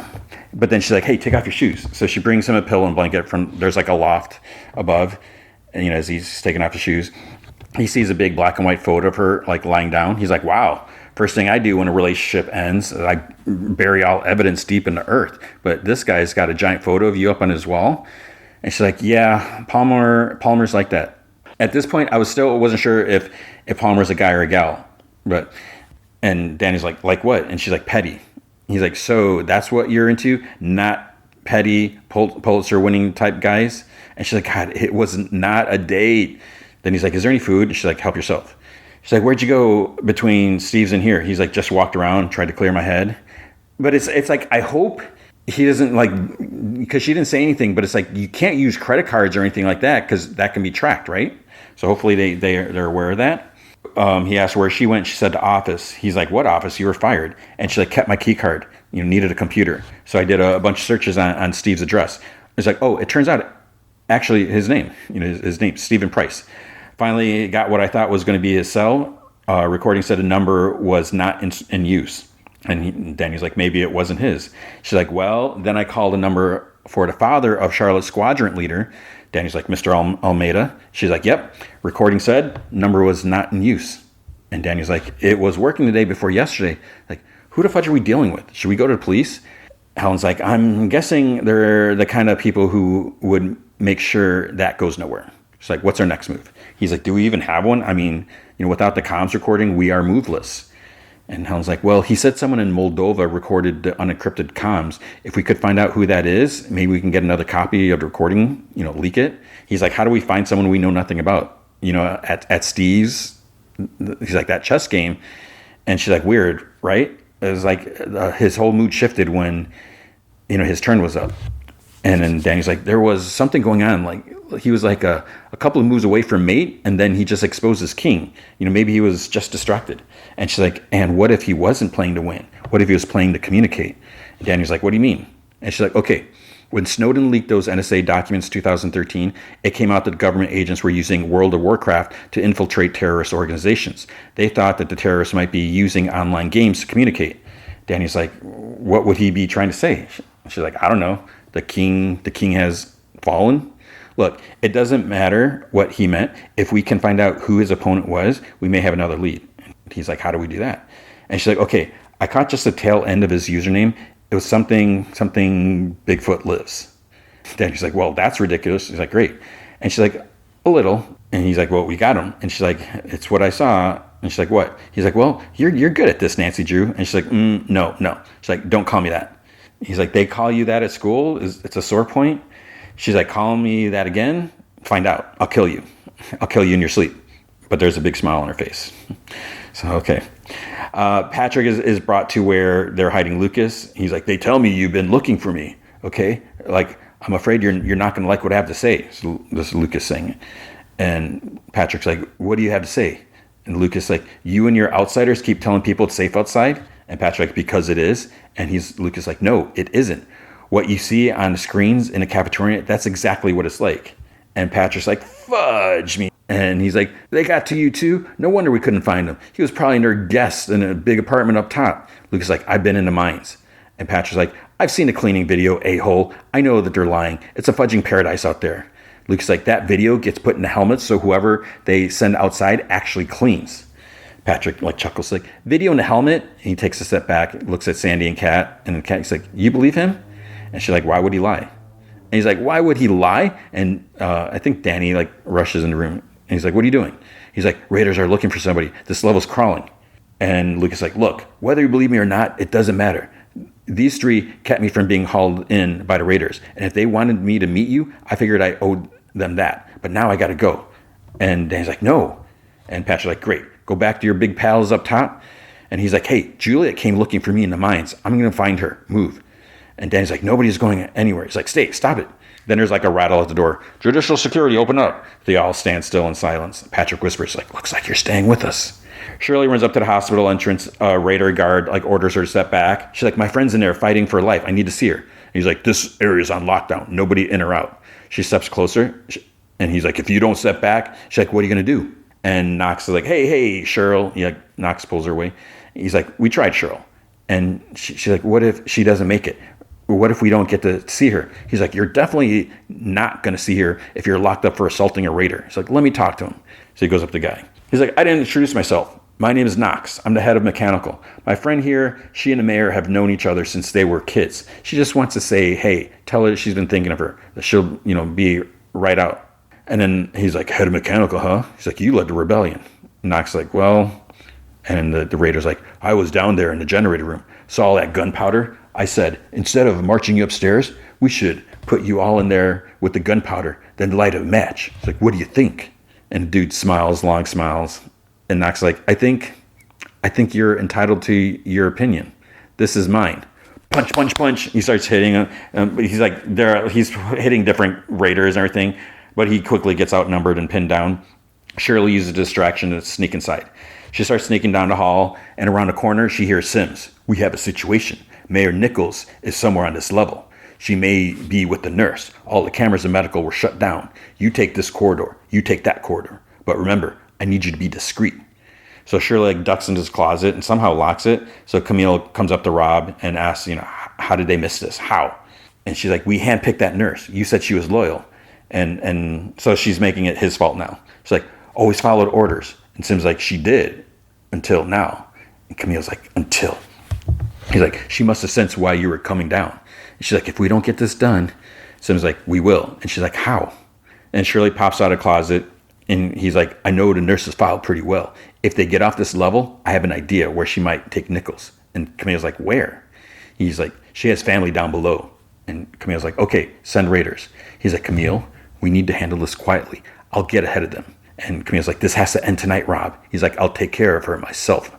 And Shirley heard all that. So outside, Sims and Camille talk to the Raider dude, and Sims says that if he finds them, keep it off the radio. Camille says to send a message straight to her office. Knox is like sitting nearby. He's busted or whatever. Sims says that they have people on this level. Send some to the levels above and below. She says when Emerson comes to, she wants anything useful that she can remember. So Shirley goes up to Knox and whispers, she's like, she's alive and gotten away. And Knox is like, oh, poop. And Shirley's like, I think Sims and his wife want her dead. And Knox is like, what? Why? And Shirley's like, no idea. It's like, I need to follow him. So she gives Knox a kiss. And then that Raider dude, his name is Johnny, I think. He's like, hey, you, stop. Stop talking to him. Step away from the prisoner or you're going to join him. And she's like, just telling him that this is what he gets for being an a-hole. And she like walks off.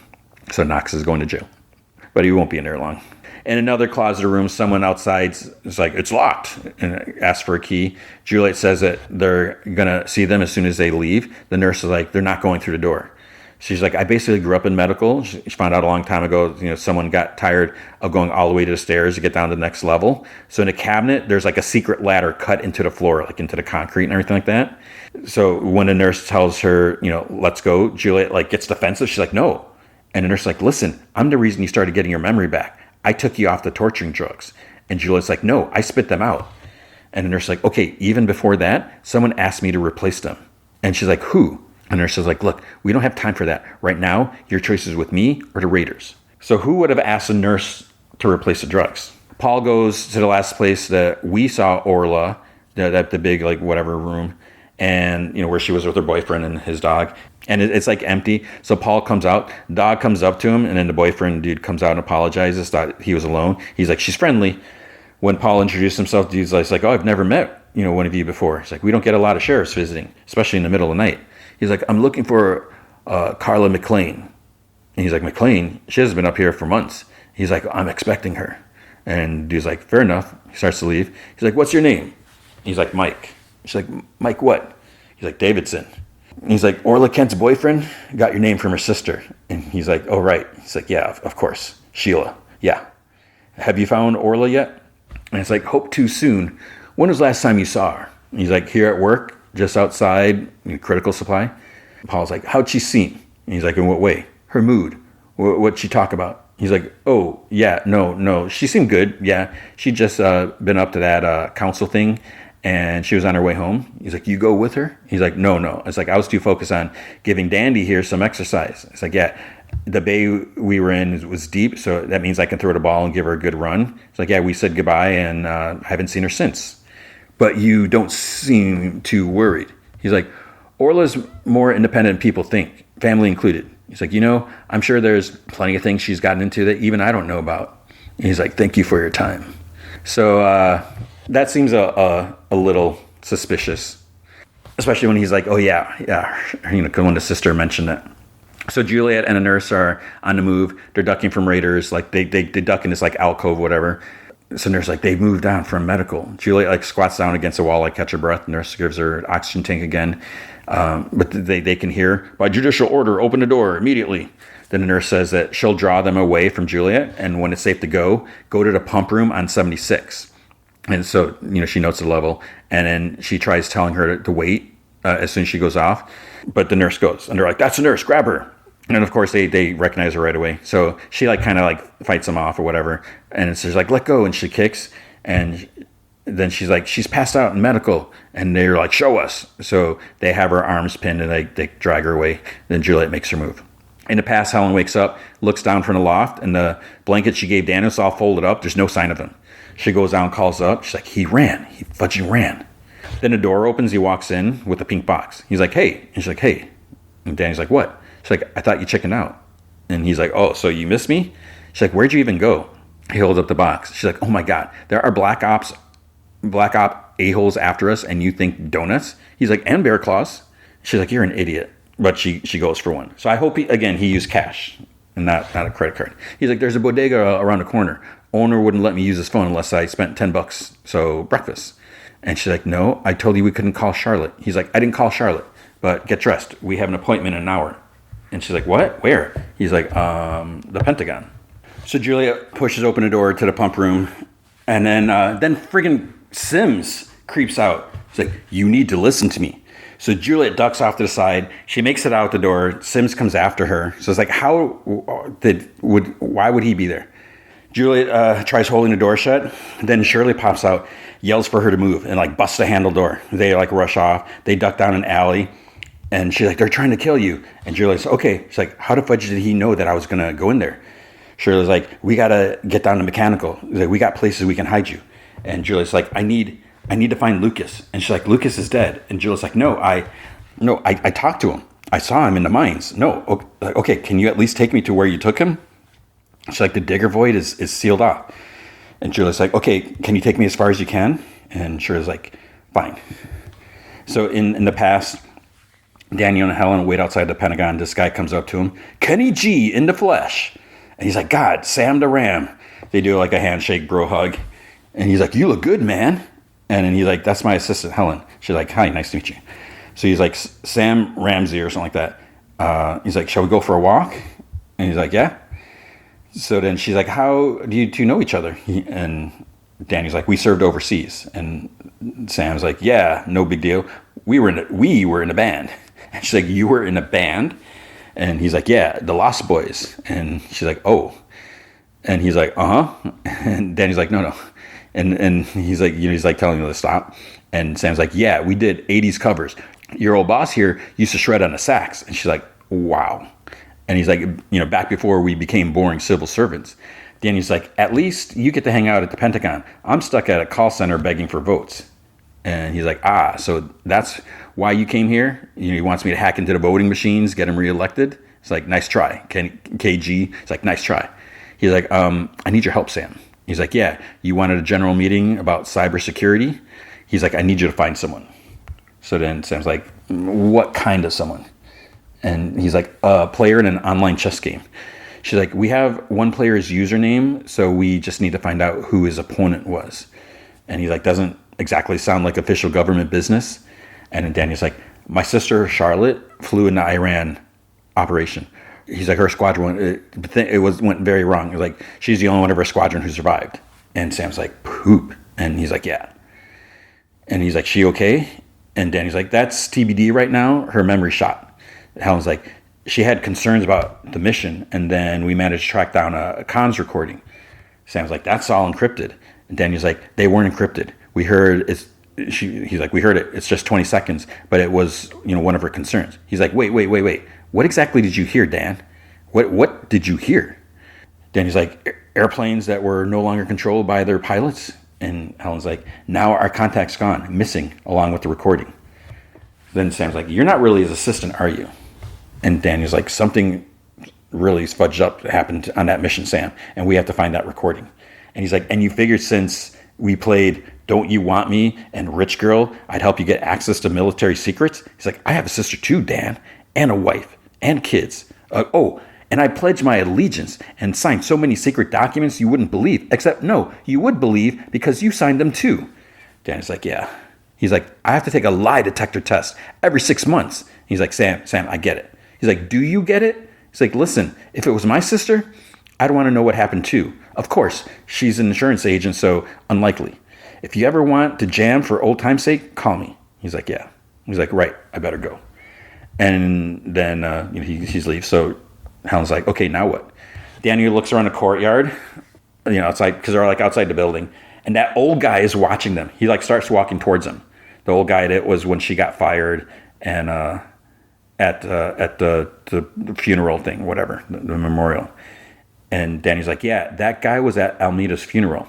And she like looks, she's like, he was at my office the day I was fired. He's like, you sure? And then he's up to them. Hello, Daniel, Helen. Why don't we grab a coffee? My treat. So they sit inside some sort of like fancy cafe. The two don't want anything because he sits down with coffee. He's like, you sure I can't get you anything? And he's like, and Danny's like, Helen, anything? She's like, I'm good, thank you. He's like, okay, I think we're all set. Appreciate it. Then I suppose I'll get to the point. And she's like, what happened to our contact in Baltimore? Is he dead or is he just being tortured somewhere? He's like, Stephen Price now occupies a highly coveted position at the Redford Group, a cybersecurity think tank. I imagine you were thinking of senior pilot Almeida's father? After his son's funeral, he received a very generous loan to bail out his brother's woodworking shop in Tehachapi, California. And Daniel's like, in exchange for what? He's like, if I may, the two of you are endangering something very important. She's like, you didn't tell us your name. I usually like to know who's fudging me over, even if they do. And he's like, I am merely a representative of people who have the ability to offer you a second chance. I imagine the Times was a dream job at one point, yes? And she doesn't say anything. I've taken the liberty of contacting the editor. He's open to meeting with you, despite your reputation for journalistic fraud. It would be a shame for your talent to go to waste over one mistake. And then she's like, go fudge yourself. She's like, you got me fired. All it takes is one phone call. Think about it. Daniel's like, cool. So what kind of cash and prizes are you going to offer me? In your case, Congressman, it's not about you. Then they're outside. And, the two of them, Daniel and Helen, are walking along. He's like, how fudging dare he threaten to withdraw care for Charlotte? And she's like, yeah, it sucks. And he's like, what? And she's like, sorry? He's like, that sounded like there was going to be a but there. It sucks. But she's like, I mean, he wasn't actually threatening to withdraw care for Charlotte. He just, he he said that the level of trauma therapy to the clinic provides is expensive and outside of insurance. And he's like, sorry, I'm having a hard time seeing the difference. He's like, I'm a United States congressman. I can get in front of cameras. I can tell them what we know. And she's like, which is what? He's like, that Charlotte's mission was fudged up. And she's like, can you prove that? He's like, I can subpoena records. I can subpoena the comms recording. She's like, Daniel, nothing will be found. And he's like, oh, wow. She's like, you want the Times gig? And she's like, excuse me? He's like, maybe it's time you open up about your little problem with journalistic fraud. And she's like, if you had gone beyond my LinkedIn profile, you would already know this. And of course, I want the job at the Times, you sanctimonious fudge. But I also want Charlotte to get the care that she needs, you know? She's your sister, but she's my source. He's like, so what am I supposed to do? Just supposed to go back to my cubicle? She's like, I don't know. He's like, be a good dog? And she's like, I don't know. And they stare at each other for a bit. She's like, I just hope whatever you do, will you please, keep your head down? He's like, Jesus. She's like, there will be eyes on us making sure that we get the message, Daniel. And he's like, what are you going to do? She's like, the ex has gone another week. I'll hole up at his. And he sarcastically nods and gives her a thumbs up. And she's like, I have to think, Daniel. You? He's like, take me a week to catch up on all the work I missed. So I guess I'll just go and do that. And there's like nothing. And then she's like, Congressman. She turns and leaves. And he can't believe her. So he goes like the opposite way. And then it's like, are they being watched? Because there's a wide pullback shot of them like walking, like from across this little like river or whatever, something. In the silo, Juliet shakes her head. Shirley asks, like, what? They're just sitting, hiding out, waiting. She's like, I just, they had me on all this pills, the medicine, and it fudged with my brain. But I get this feeling with people, like with Knox. It's like, I don't know why. Every time I fudging see him, and Shirley's like, you two didn't always get along. And Juliet's like, I think what I'm trying to say is, with you, I feel like if someone would do anything to you, I don't know. It's like I would kill them or something, It's like, it's just what I meant. It doesn't matter. It's just, and then she sees someone walking. So Shirley recognizes him, crawls out from like under some like stairs and whispers, calls out Ossie. And he's like, morning, Shirley. She's like, what are you doing down here? She's like, I need two to go down. And he's like, chair team will be here soon. She's like, no, can't wait. We're not heavy. I trust your arms. And then she motions for Juliet to come out. And he's like, Madam Mayor. And Juliet's like, yeah. So she's like, the main thing is, if anyone comes down in the next half hour, even if they're raiders, could you just tell them that there's an equipment problem, that they have to wait? He looks at Juliet, and she's disheveled and everything. He's like, yeah, we've been having issues with the pulleys jamming. Might take a while to get them free. And Shirley like, great. And then it's like they're being watched by Sandy. So Sandy does a secret knock to where Patrick, Lucas, and Kat are. Patrick asks, where the heck she been? She's been gone all night. She said that she was following Nichols. She and another woman went down to Gap. And Kat asks, who was the other woman? So she's like, I think it was her friend, Shirley. Lucas like, oh, fudge. And Patrick's like, what's with the face? He's like, nothing. I know where Juliet's going. And Kat's like, mechanical. He's like, no, it's deeper than that. It's like, I gotta. And Patrick's like, that doesn't change poop for us. He's like, actually, it changes everything for everyone. It's like, look, I need to go stop her. And Patrick's like, yeah, no. And she's like, this again? Danny comes from the back. He's like, and Lucas like, okay, you really want to know the truth so bad? Let's go ask Juliet. And Patrick's like, she doesn't know. They got her on forgetting drugs. She didn't even know who we were. And Lucas like, well, maybe she would know. She knew who I was when she saw me in the mines. And Patrick's like, okay. And Luke's like, okay, how are we getting there? And Danny's like, well, he's got away, but you're not going to like it. And Patrick's like, don't listen to the kid. He's like, you're going to love it. In Supply, a gal's like ordering people around. This is Glenda Harwood. She opens the door and she sees someone inside. She's like, what are you doing in my office? So it's Paul Billings, the sheriff. He turns around and she's like, oh, sorry, I didn't see your badge.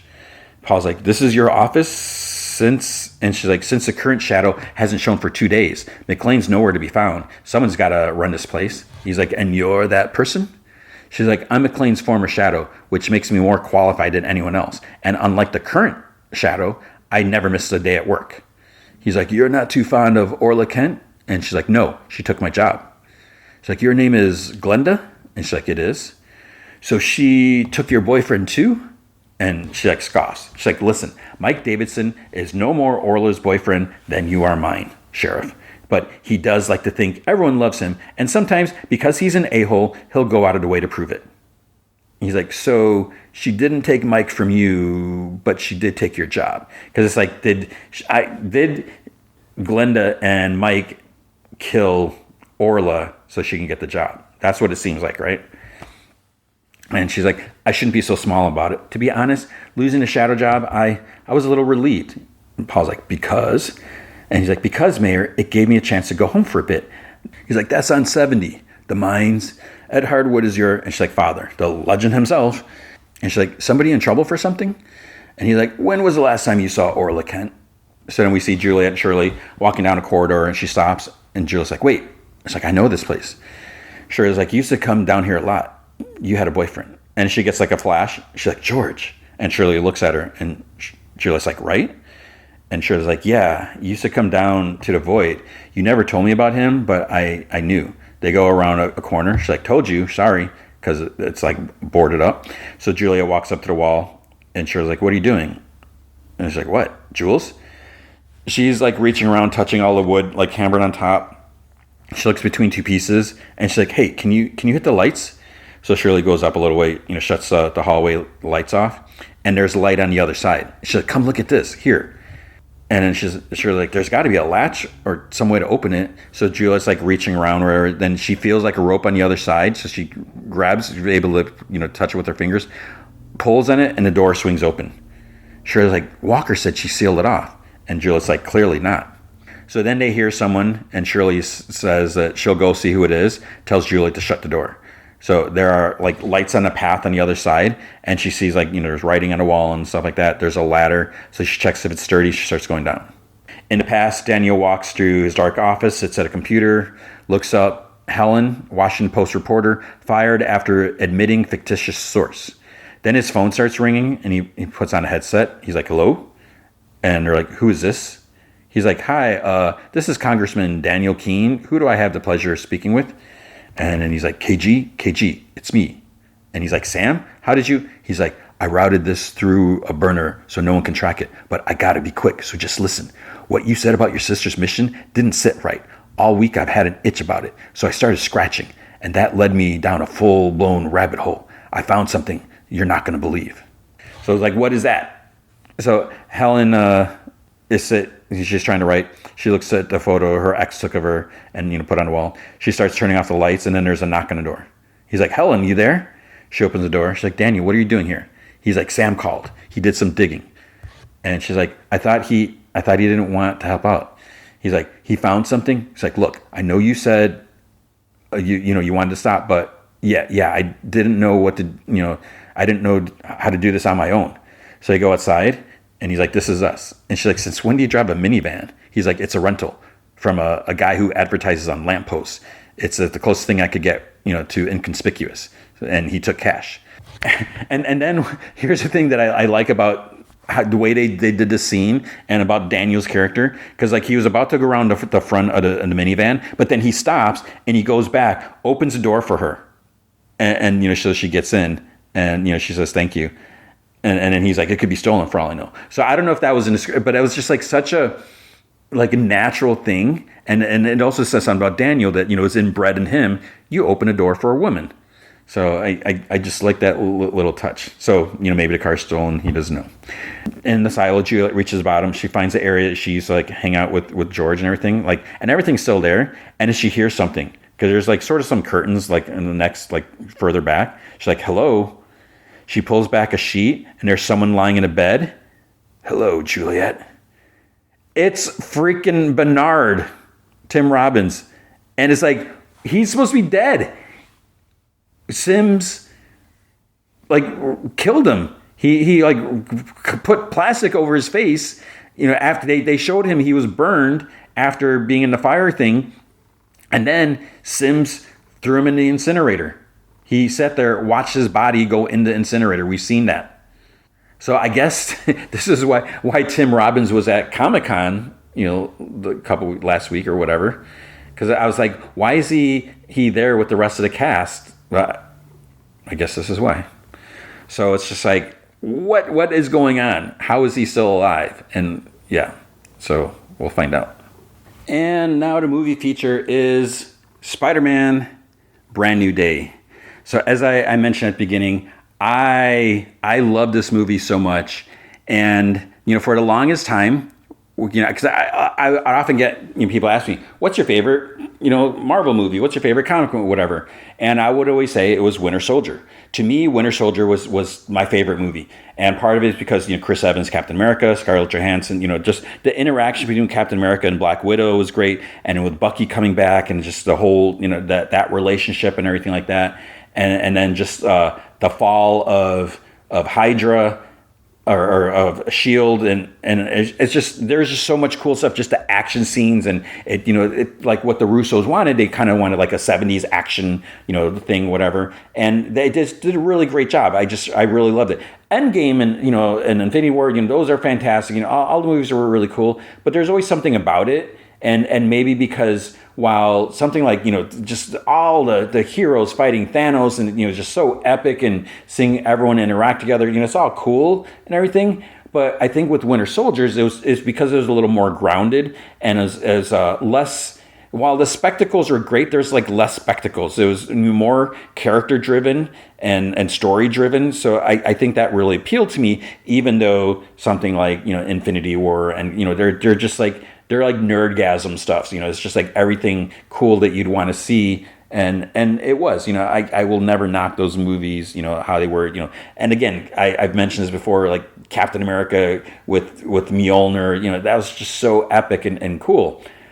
With this movie, what I think I like about this movie is one, I just, I love Spider-Man. I've always, Spider-Man's been one of my favorite characters because he was the most accessible character. There were so many cartoons and stuff like that. And, there was that show from the 70s. So he was like one of the first characters that I really got to know and everything like that. So it's like, of course, he's like Marvel's mascot. Everyone loves Spider-Man. Tom Holland does a great job. And this movie, I think what I really like about it, because I don't know if I mentioned this, I rewatched the 3 Spider-Man movies, Homecoming, Far From Home, and No Way Home. I watched them all Tuesday and Wednesday before, last week before Brand New Day came out. And, they're all great movies and everything like that. And, this is why I think Tony Stark was such a jerk and everything like that. And Happy Hogan was a jerk. But I think with this movie, part of it, because and again, I'm going to spoil some things later, and I will let you know, because we got to talk about Sadie Sink, right? So I'll clearly let you know when there's going to be spoiler part. But in the way it starts off, this isn't really a spoiler. He's just being Spider-Man. He's doing stuff like that. So we almost get like this montage, and we're seeing there's a lot more like Spider-Man street action, which is kind of cool because even though he's done stuff like that, we haven't really had this heavy of a focus. And I was crazy. Sony put out a thing. They're like, I don't think this is I didn't catch it, so it might be a spoiler, but Sony put it out there. They're like, here's Tombstone. And so we see Spider-Man fighting these other characters, and it's just crazy that they showed us who live action Tombstone is, and just one tiny little scene. So we see Spider-Man fighting all these guys and just moving about. And they may have mentioned something like that, like was it Insomniac? The video games may have helped give them like moves and stuff like that, because there are a lot of homages and Easter eggs and stuff like that. There's some scenes that are straight up from the comics. Someone made this little video edit. I don't know who it is. I saw like a couple of people posted like on Threads and that, and one person's even like who made this video so I can give them credit for it, because it's really cool. You see these scenes, and then it kind of like flickers back and forth with like the actual comic book moment shown, like overlapped on top of the video footage. So it's really cool. They did a lot of that, and I totally appreciate they do that for us comic book nerds that can really appreciate it. Even if you don't know like what specific issue it is, you can probably tell and appreciate that, what they're trying to do. There's a lot of very stylistic like pose shots and everything, not like too much to be annoying or cheesy or whatever like that, but it's like a lot of respect to those of us, because I feel like there are way more non-comic book people watching these movies than there are people who read the comics. So we're actually in a minority, even though we are much more faithful. And we've been caring about the characters for probably longer than these other people. Not to say that we're better or anything like that, but I mean that's the facts. There are few of us who are reading the comics, and that's the sad thing. So it's great that the movie creators will acknowledge that and give us something rather than just try to make something that will appeal to the mass audiences, because obviously they want that mass audience. They want these movies to be huge. There's going to be way more people seeing this movie than have probably read comics in the last 5 years. Maybe. I don't know. Or it'll make more money than comics have made in the last 10 years, probably. Maybe. I don't know. Don't ask me stuff like that. But I appreciate the stuff like that, but there's just a lot of really cool Spidey action. So seeing him actually be Spider-Man versus, not that he wasn't in the other movies, because, Tom Holland has been great as Spider-Man. But I feel like there's been more time just to do these little things and just have him moving around and using his abilities, and because that is what Spider-Man is. He has amazing agility and everything like that. So it was really cool to see all that stuff like in action. Now, as far as the story goes, I mean, it gets a little emotional, and I always talk about how, for whatever reason, my emotions sometimes are like I'm on edge or whatever. And, maybe I'm going through menopause or whatever. That's a bad joke.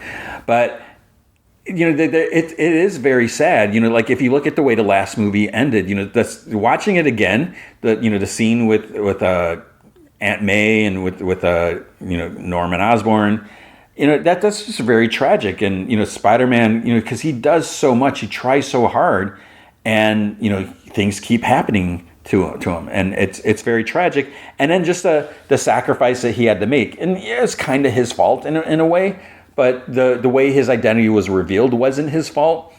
And he had to give up everything, including MJ and Ned and just everything.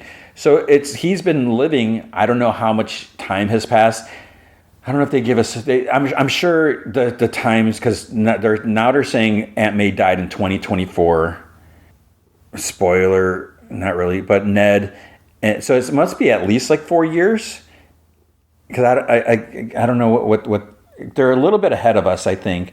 But Ned and Zendaya, I think, are finished with college. So some time has passed. So he's been Spider-Man for a while, and it's nice to see that New York, minor spoilers, it's nice to see that New York has gotten over him being a menace and all that stuff like that, because people are actually like praising him. They're appreciative of him. One of the things that was really cool, and I don't think this is a spoiler or not, but again, these are things that I didn't know, is he's like talking to a police captain, like this woman, and I was like, please be Jean, please be. It's Jean DeWolf. And I totally love that they include her in this, that he's like talking to her and everything. I'm assuming his line is blocked or somehow, or I don't know, whatever. I'm sure there's technology for it, but I thought that was great, and just everything that we see in here, the stuff with the Punisher. So yeah, Punisher maybe is toned down a bit, but just the interaction between the two, it was so good, so welcome. And some people might complain, it's like, oh, it's like a buddy thing or whatever, but yeah. And that's what makes it fun. Just their interaction with each other, because they've known each other for so many years. They just have this great chemistry, and there's like such different characters. So that's great. As you probably have heard, Yelena has an appearance in here, and Florence Pugh is great as Yelena. I love her Yelena. So that was welcome. And then obviously Bruce Banner has an appearance here, and I'm sure things that happen. And of course, Tramell Tillman, he is great. He's the head of Damage Control, and Mr. Milchek from Severance. He's such an amazing actor. I love him. So we have a lot of things. But speaking of Damage Control, that does bring some question of how Damage Control is here, versus how Damage Control was in Wonder Man, because he is, let's see, according to Wikipedia, he's a head of the DODC who is policing superpowered individuals. In Wonder Man, we see that there's this other dude in charge, and they're trying to capture superpowered people because they're under fire from the government, that they're spending too much money, and they have all these superpowered prisons that are half empty. So that's why they're trying to go after anyone with powers like Simon Williams, so they can lock them up to try to give them some fake charges, I guess. I don't know. So we're seeing two different things, because here Damage Control is more appreciative and willing to work with Spider-Man because Spider-Man's doing. But maybe the difference is, Spider-Man is doing a good job, capturing people, so that's helping them out. So while he may be a powered whatever individual, he is helping capture some superpowered bad guys, which is, allowing them to fill up their jail cells or whatever like that. So maybe they kind of changed the tune. And I don't know in the timeline where Wonder Man, takes place compared to this. Some people are saying, well, maybe Wonder Man takes place after this, which would kind of explain some things, whatever. If you've seen the movie, you know what I'm talking about, whatever. So it's hard to say where that goes, but that's just a minor thing. So I mean, the movie, I don't know what more to say about the movie. It's very sad, and when because Peter he still he misses he's in love with MJ. He misses her. He misses Ned, his best friend. And he's following Ned like on Instagram or whatever like that, seeing his live videos and stuff like that. So he's like very aware of what they're doing and like what's going on in their lives. And he's having to live like vicariously because he is totally shut off on his own. There's a scene where he's in his apartment. This like cute neighbor, she's like, "Hey, we live on the same floor," and he's like, "Cool," and he like exits the elevator or goes around the corner. So it's like, could she have been kind of hitting on him or something like that? I mean, I wouldn't know because, I can't tell things like that. He's just not interested because he is just being Spider-Man. And like Captain DeWolf, she's even like, don't you ever get out? Don't you do anything? And he's just like, no, he's like, this is a job. And he's like, and you know what they say, if you love your job, it's not work, or, So there's a lot of cool stuff. And then there's like, some bad stuff that happens. And it's just such a great movie. And like I said, there's a lot of emotion. But what about the whole Sadie Sink situation? So when we first see like what this character is doing, like the bad things, because obviously from the trailer we can see that this bad person is controlling, is doing something to other people and doing these like criminal things. So when you look at this, it's like, everyone's like, oh, this character is Jean Grey. But it's like, why would Jean Grey be doing all this stuff? Like endangering people, using people, so much property damage and stuff like that. It's like, Jean wouldn't do that.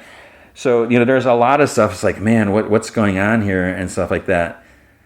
But I will say, once we finally do Sadie Sink, because, she's in the shadows for the longest time, which is like not necessary. But I think she was just phenomenal as well. But yeah, we'll get into more in that in just a minute. So what I do want to say about this, so the movie had a $225 million budget. And I think, was that less than Supergirl? So Supergirl had a $170 to $186 million budget. So 175, let's just say. It made 125 at the box office, which is bad. Superman had a $250 budget, or 225. Well, 220. I think it was 220. I'm getting mixed up because I just looked real quick. I think Superman had a 200. I think Superman and Spider-Man had the same budget. Spider-Man has broken records. Like I think it was Avengers Endgame preview night. It broke that record. It has made, let me find that. It made $72 million in the United States. No, that's totally, take that back. It had 78 million in pre-sales. No, there's something, it broke some record or something like that. 72 million from its Wednesday and Thursday preview screenings, which surpassing the previous record held by Avengers Endgame.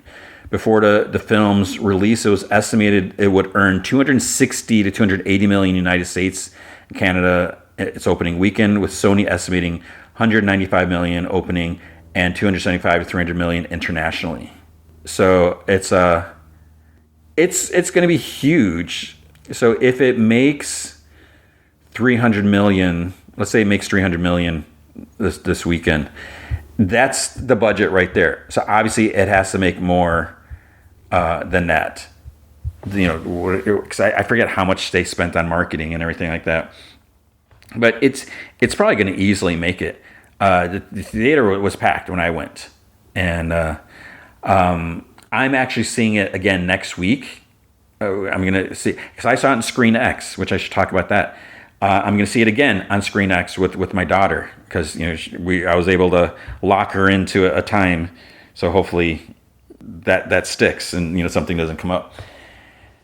So just let's talk about Screen X, because when I bought my tickets, I was like, oh, it's not an IMAX. I was like, oh, but it's in Screen X. Okay, that's cool. And it was, which makes sense because it's a Sony movie, and I think Sony does Screen X. They're like whatever. So it was filmed for Screen X. So that's great, because although there's a couple scenes I was like, wait, I don't know if it's matching. It felt a little off, some of the side stuff. But there were a lot of scenes, because we get a lot of Spider-Man swinging scenes, and it was cool having the side views. I still think that the sides are it's a little clunky, the execution of having a movie with, because you don't see it all, but you kind of get in your peripheral. So yes, you can sit and look at the side screens, but sometimes it's a little distorted because it's like on an angle or whatever like that. But I think if you look straight and you kind of take it in and let the sides sort of, mainly focus in the front, but you can still see the sides, you can kind of take it in a little more. So it really made those scenes cool. And there's some scenes that's like, it's not throughout the whole movie, but there are scenes where, there are people on the sides and talk. And so I did really like it. I'm not a super duper fan of Screen X. I will be totally honest with that, but Project Hail Mary was great. And, because I mentioned to my daughter, I was like, have you seen it? I was thinking, I forgot. I was like, she's like, yeah, didn't we see it with Project Hail Mary? Because that was one of the movies we saw. And I was like, yeah. She's like, oh yeah, that was sick, as the kids say these days or whatever. And so she liked that. So she likes Screen X because that might have been the only movie. Because what else have I seen? I saw Scream 7, which wasn't necessary. Mario Galaxy was okay. Mortal Kombat, again, okay. It was an okay movie, so it was fine. They used it well, but it was fine. And then, did I say He-Man? I don't remember. He-Man, again, it was fine. Not necessary. It was cool, but it's not like, I was like, oh man, I got to see it. So this one I think was cool. So if you have a chance to see Screen X, it is worth the upgrade to see that. So yeah, and that's the other thing. As soon as I was like, man, I want to see this again. And I was saying to myself, it's like, oh, I would love to see this with my daughter, just because we used to go see all these movies, back when she was younger and less busy and everything. And the fact that so it means a lot to me. There's a sappy dad moment, wanting to spend as much time with their busy, child. So I'm looking forward to that, and fingers crossed that like something doesn't come up. But yeah, I definitely want to see it again, and I think they just did such a great job, and it's a cool. So for me, it's my, like I said, it's my favorite movie. Just the performances, the cameos, Sadie Sink, as a new character, everything was just great. According to Rotten Tomatoes, as of now, I don't know if anything's going to change. 90% of the critics gave it a favorable review, so it's certified fresh. So 90%, that's good. A little low. I think it should be higher than 90, but whatever. I saw some reviews, and I'm like, are you serious? It's like some critic stuff. The popcorn meter right now is at 98%. So the audiences are loving this.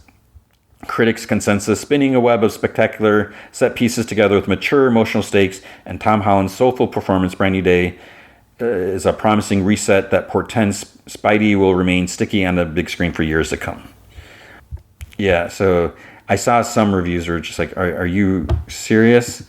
So, yeah, Wall Street Journal. They didn't get it. Wallows in angst and stress, but has no psychological depth, sticking to bromides like "you're special" and "be yourself." Being somber is a lot easier than being serious. Okay, Kyle, I've seen that Kyle Smith mug little icon before. It's like, okay, whatever. And it's like, why is a Wall Street Journal talking about a Spider-Man movie? It's like, go talk about like finance or whatever boring stuff. But the other people, The Pitch gave it a favorable. The movie ultimately succumbs to the same faults that have plagued almost every other Marvel movie, but the way it succeeds outweigh the parts that drag it down. The Teos News gave it a B. Miami Art Scene did not like it. What it really needed was a filmmaker with the drive to deliver a movie that lives up to the promise of its title. Cretton ultimately chooses not to rock the boat. Maybe somebody ought to do just that. Okay, maybe it should be you, huh, Ruben? Whatever. But then the audience, 5 out of 5. Chad, I honestly went in with no clue what to expect outside the first trailer. This cut off, but they gave it 5 out of 5. First Joe, if you like Spider-Man and Tom Holland, you will enjoy this film. A lot of surprise guests. I enjoyed it very much. Rosselis gave it 5 stars. Love it. We'll watch it again and again. It reminds me of the first movie of Spider-Man's. Darnell, the best Tom Holland Spider-Man movie. No Iron Man, no Toby, no Andrew. Need an actual villain though. Well, Mason, perfect, best Spider-Man movie. Sarah, these are like all 5 out of 5s. And these are verified people. To me, it was the best Spider-Man movie since Spider-Man 2. So, it was great. So, I mean, I don't know what more there is to say. I can't wait to see it again. And yes, I pre-ordered the Steelbook. I pre-ordered the Steelbook twice. Because the first pre-order came up on Walmart. And then I was like, I just want to make sure I get a copy. And, I'm sure it's going to be easy to get, but you never know. Because sometimes, there's a scalpers. It's silly. And then it came up on Amazon. So I was like, okay. And I know both have their pros and cons, but I think I'm going to cancel Amazon, or I'm going to cancel Walmart, because a lot of times Walmart delays my orders. And Walmart has this thing where a lot of times when you pre-order stuff, they don't have a release date. So they just say, it's going to be out July 2027. And then once they get the release date, they'll change it. But if you pre-ordered it before, something's up with their system, they need to fix it. Is because when you pre-order, when they don't have the date, then when they switch the dates, it doesn't switch over into pre-orders. So then there's a lot of times your order is delayed, and people who have ordered it after the initial pre-orders, they get their copies. Yours are still stuck in limbo because it's just. And then a lot of times what you have to do is like either reorder it, and it's like, yeah, it'll ship tomorrow, and then your original pre-order is still sitting there. So they need to fix that. Amazon had that problem for a while too, but they seem to have fixed it. So I don't know. There is a $150 set. I'm super tempted, but I think that's going to be a bit much. There's nothing more to say. I've said everything. Everything was cool. I want to talk a little bit of spoilers, mainly Sadie Sink. So if you have not watched it yet, this is pretty much the end of the podcast. You could skip, I got the time codes. You could go to the outro if you want to hear about next week. But I'll tell you right now, next week's movie is probably going to be One Night Only. Maybe I should do like a spoiler, Spider-Man stuff. But I'm going to kind of touch on it a little bit here. I'm going to see it again. And maybe I'll talk about Spider-Man again next week if there's anything I notice a second time or whatever. But yeah, so I think that's going to be it. I don't know if I'm going to be able to see Ice Cream Man because it doesn't look like it's showing in my area in Northern California. I'm not going to go 30, 40 miles north or whatever it is. And I'm not going into the city. I don't know. It's a bummer because, whatever. I don't know why this is happening so much. So, But I will say, one night only, spoiler, I did enjoy it. So I look forward to talking about that. But yeah. Okay, so this is this is the spoiler section. So if you have not seen it, you have been warned. Okay, spoiler, spoiler, spoiler, spoiler, spoiler. Okay? All right, Sadie Sink. As I mentioned before, I'm a Sadie Sink fan. I haven't seen her. I don't think I've seen her in anything else. I know she's done. No, she did some Hulu movie. It was like some futuristic thing. That she was fine in that. I guess she was good in that. It's just it was an okay movie. So I didn't really care so much about that. But I mean that she was the only reason I watched it. I want to see how she did in that. But she's really, she had a cool character in Stranger Things. And, maybe it's not fair to Millie Bobby Brown, but I just did not care for Millie Bobby Brown's character. I didn't care for Eleven. All she did was scream and have a bloody nose. And I don't know if that's what the script or the direction, but I just didn't care for Millie Bobby Brown's performance. And I shouldn't even be comparing them. I don't know why I'm doing it because it's not fair to them. But like Enola Holmes, I saw the first one. I don't care to see any of the other ones. Sadie Sink's character, I feel, had a lot more depth, and there's just so much more. And dealing with her brother's death, and it's just like the changes and being, the Vecna stuff. So I just thought, and she was just like a really cool character. So she seems like just really great with it, and just like watching those scenes again, I don't know, I really felt her performance. So here it's kind of the same thing. When you see her at the beginning and she's doing all this bad stuff. It's just like, oh man, it's like, you can't root for this person. And then, there's also things like, what is she doing? Who is she playing? What's going on? And then we find out, they look up her name, because Spider-Man, spoiler, Spider-Man gets, his HUD, his eye thing caught an image of her. And then when they look her up, they get a name. And when they show us a name, at first, I'm like, are they just using this to fake us out? Because I'm trying to think who they did this before in something. It wasn't Ra's al Ghul in Batman Begins. I feel like there was something where they gave us the name of a character, and then it turned out that was a fake name, and they essentially threw that character away. Because it was just a name that they were using. So I was like, they can't do that. Are they really going to use this? What name did they give us? Spoiler. They gave us Jean Grey. And I was like, is it really Jean Grey? Then one of the things that pissed me off on Facebook like a couple days earlier, they're like, so-and-so actress has been cast as Sarah Gray in Spider-Man. And it was like some like Marvel News something. So I'm like, and I'm not even following this. It was like a suggested thing. So I was like, close. I do not ever want to see anything from this site again. But still, I was like, okay, one, maybe they're full of it. They don't know. But that's the thing, because like Tom Holland, didn't he say Jean Grey's not in this? And haven't they been saying no? But it was. So they didn't just use the name, because you can't just throw out the name Jean Grey and then throw it away, and then you're going to have X-Men movies come up.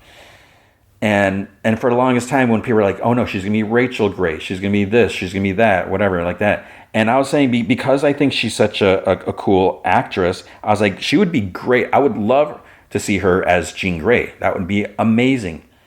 And she is. So that is great. That is fantastic. I hope they have her locked in. Because I think there's no confirmation that she's going to be like in Doomsday or Secret Wars, I don't think. But hopefully that's all established, and we will see more of her, because I like I said, I think she's fantastic. I won't spoil too much, but when you find out, all I'll say is when you find out like why she's being like a big jerk and like doing all this horrible stuff, it makes sense. And just when you see her performance when she's talking and stuff like that, and in the way she interacts with Spider-Man, because she's trying to get into his head and find stuff out. So there's like a lot of the emotional aspect of that too. And I think she just does a really great job when she's like laying out her motives and stuff like that. And I just think it's just a strong performance, and I felt emotional. And maybe it's because, as being like a father, it's like, oh, I want to protect this child. And same thing with Spider-Man. Spider-Man could be my child. I guess maybe. So it's just, I care about these performances, these characters that they're creating.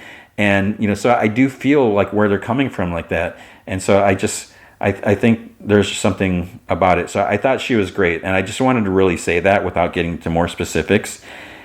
But then the other thing is like, is it possible to see more of her? Or is that, because what happens at the end? That's all I'm going to say.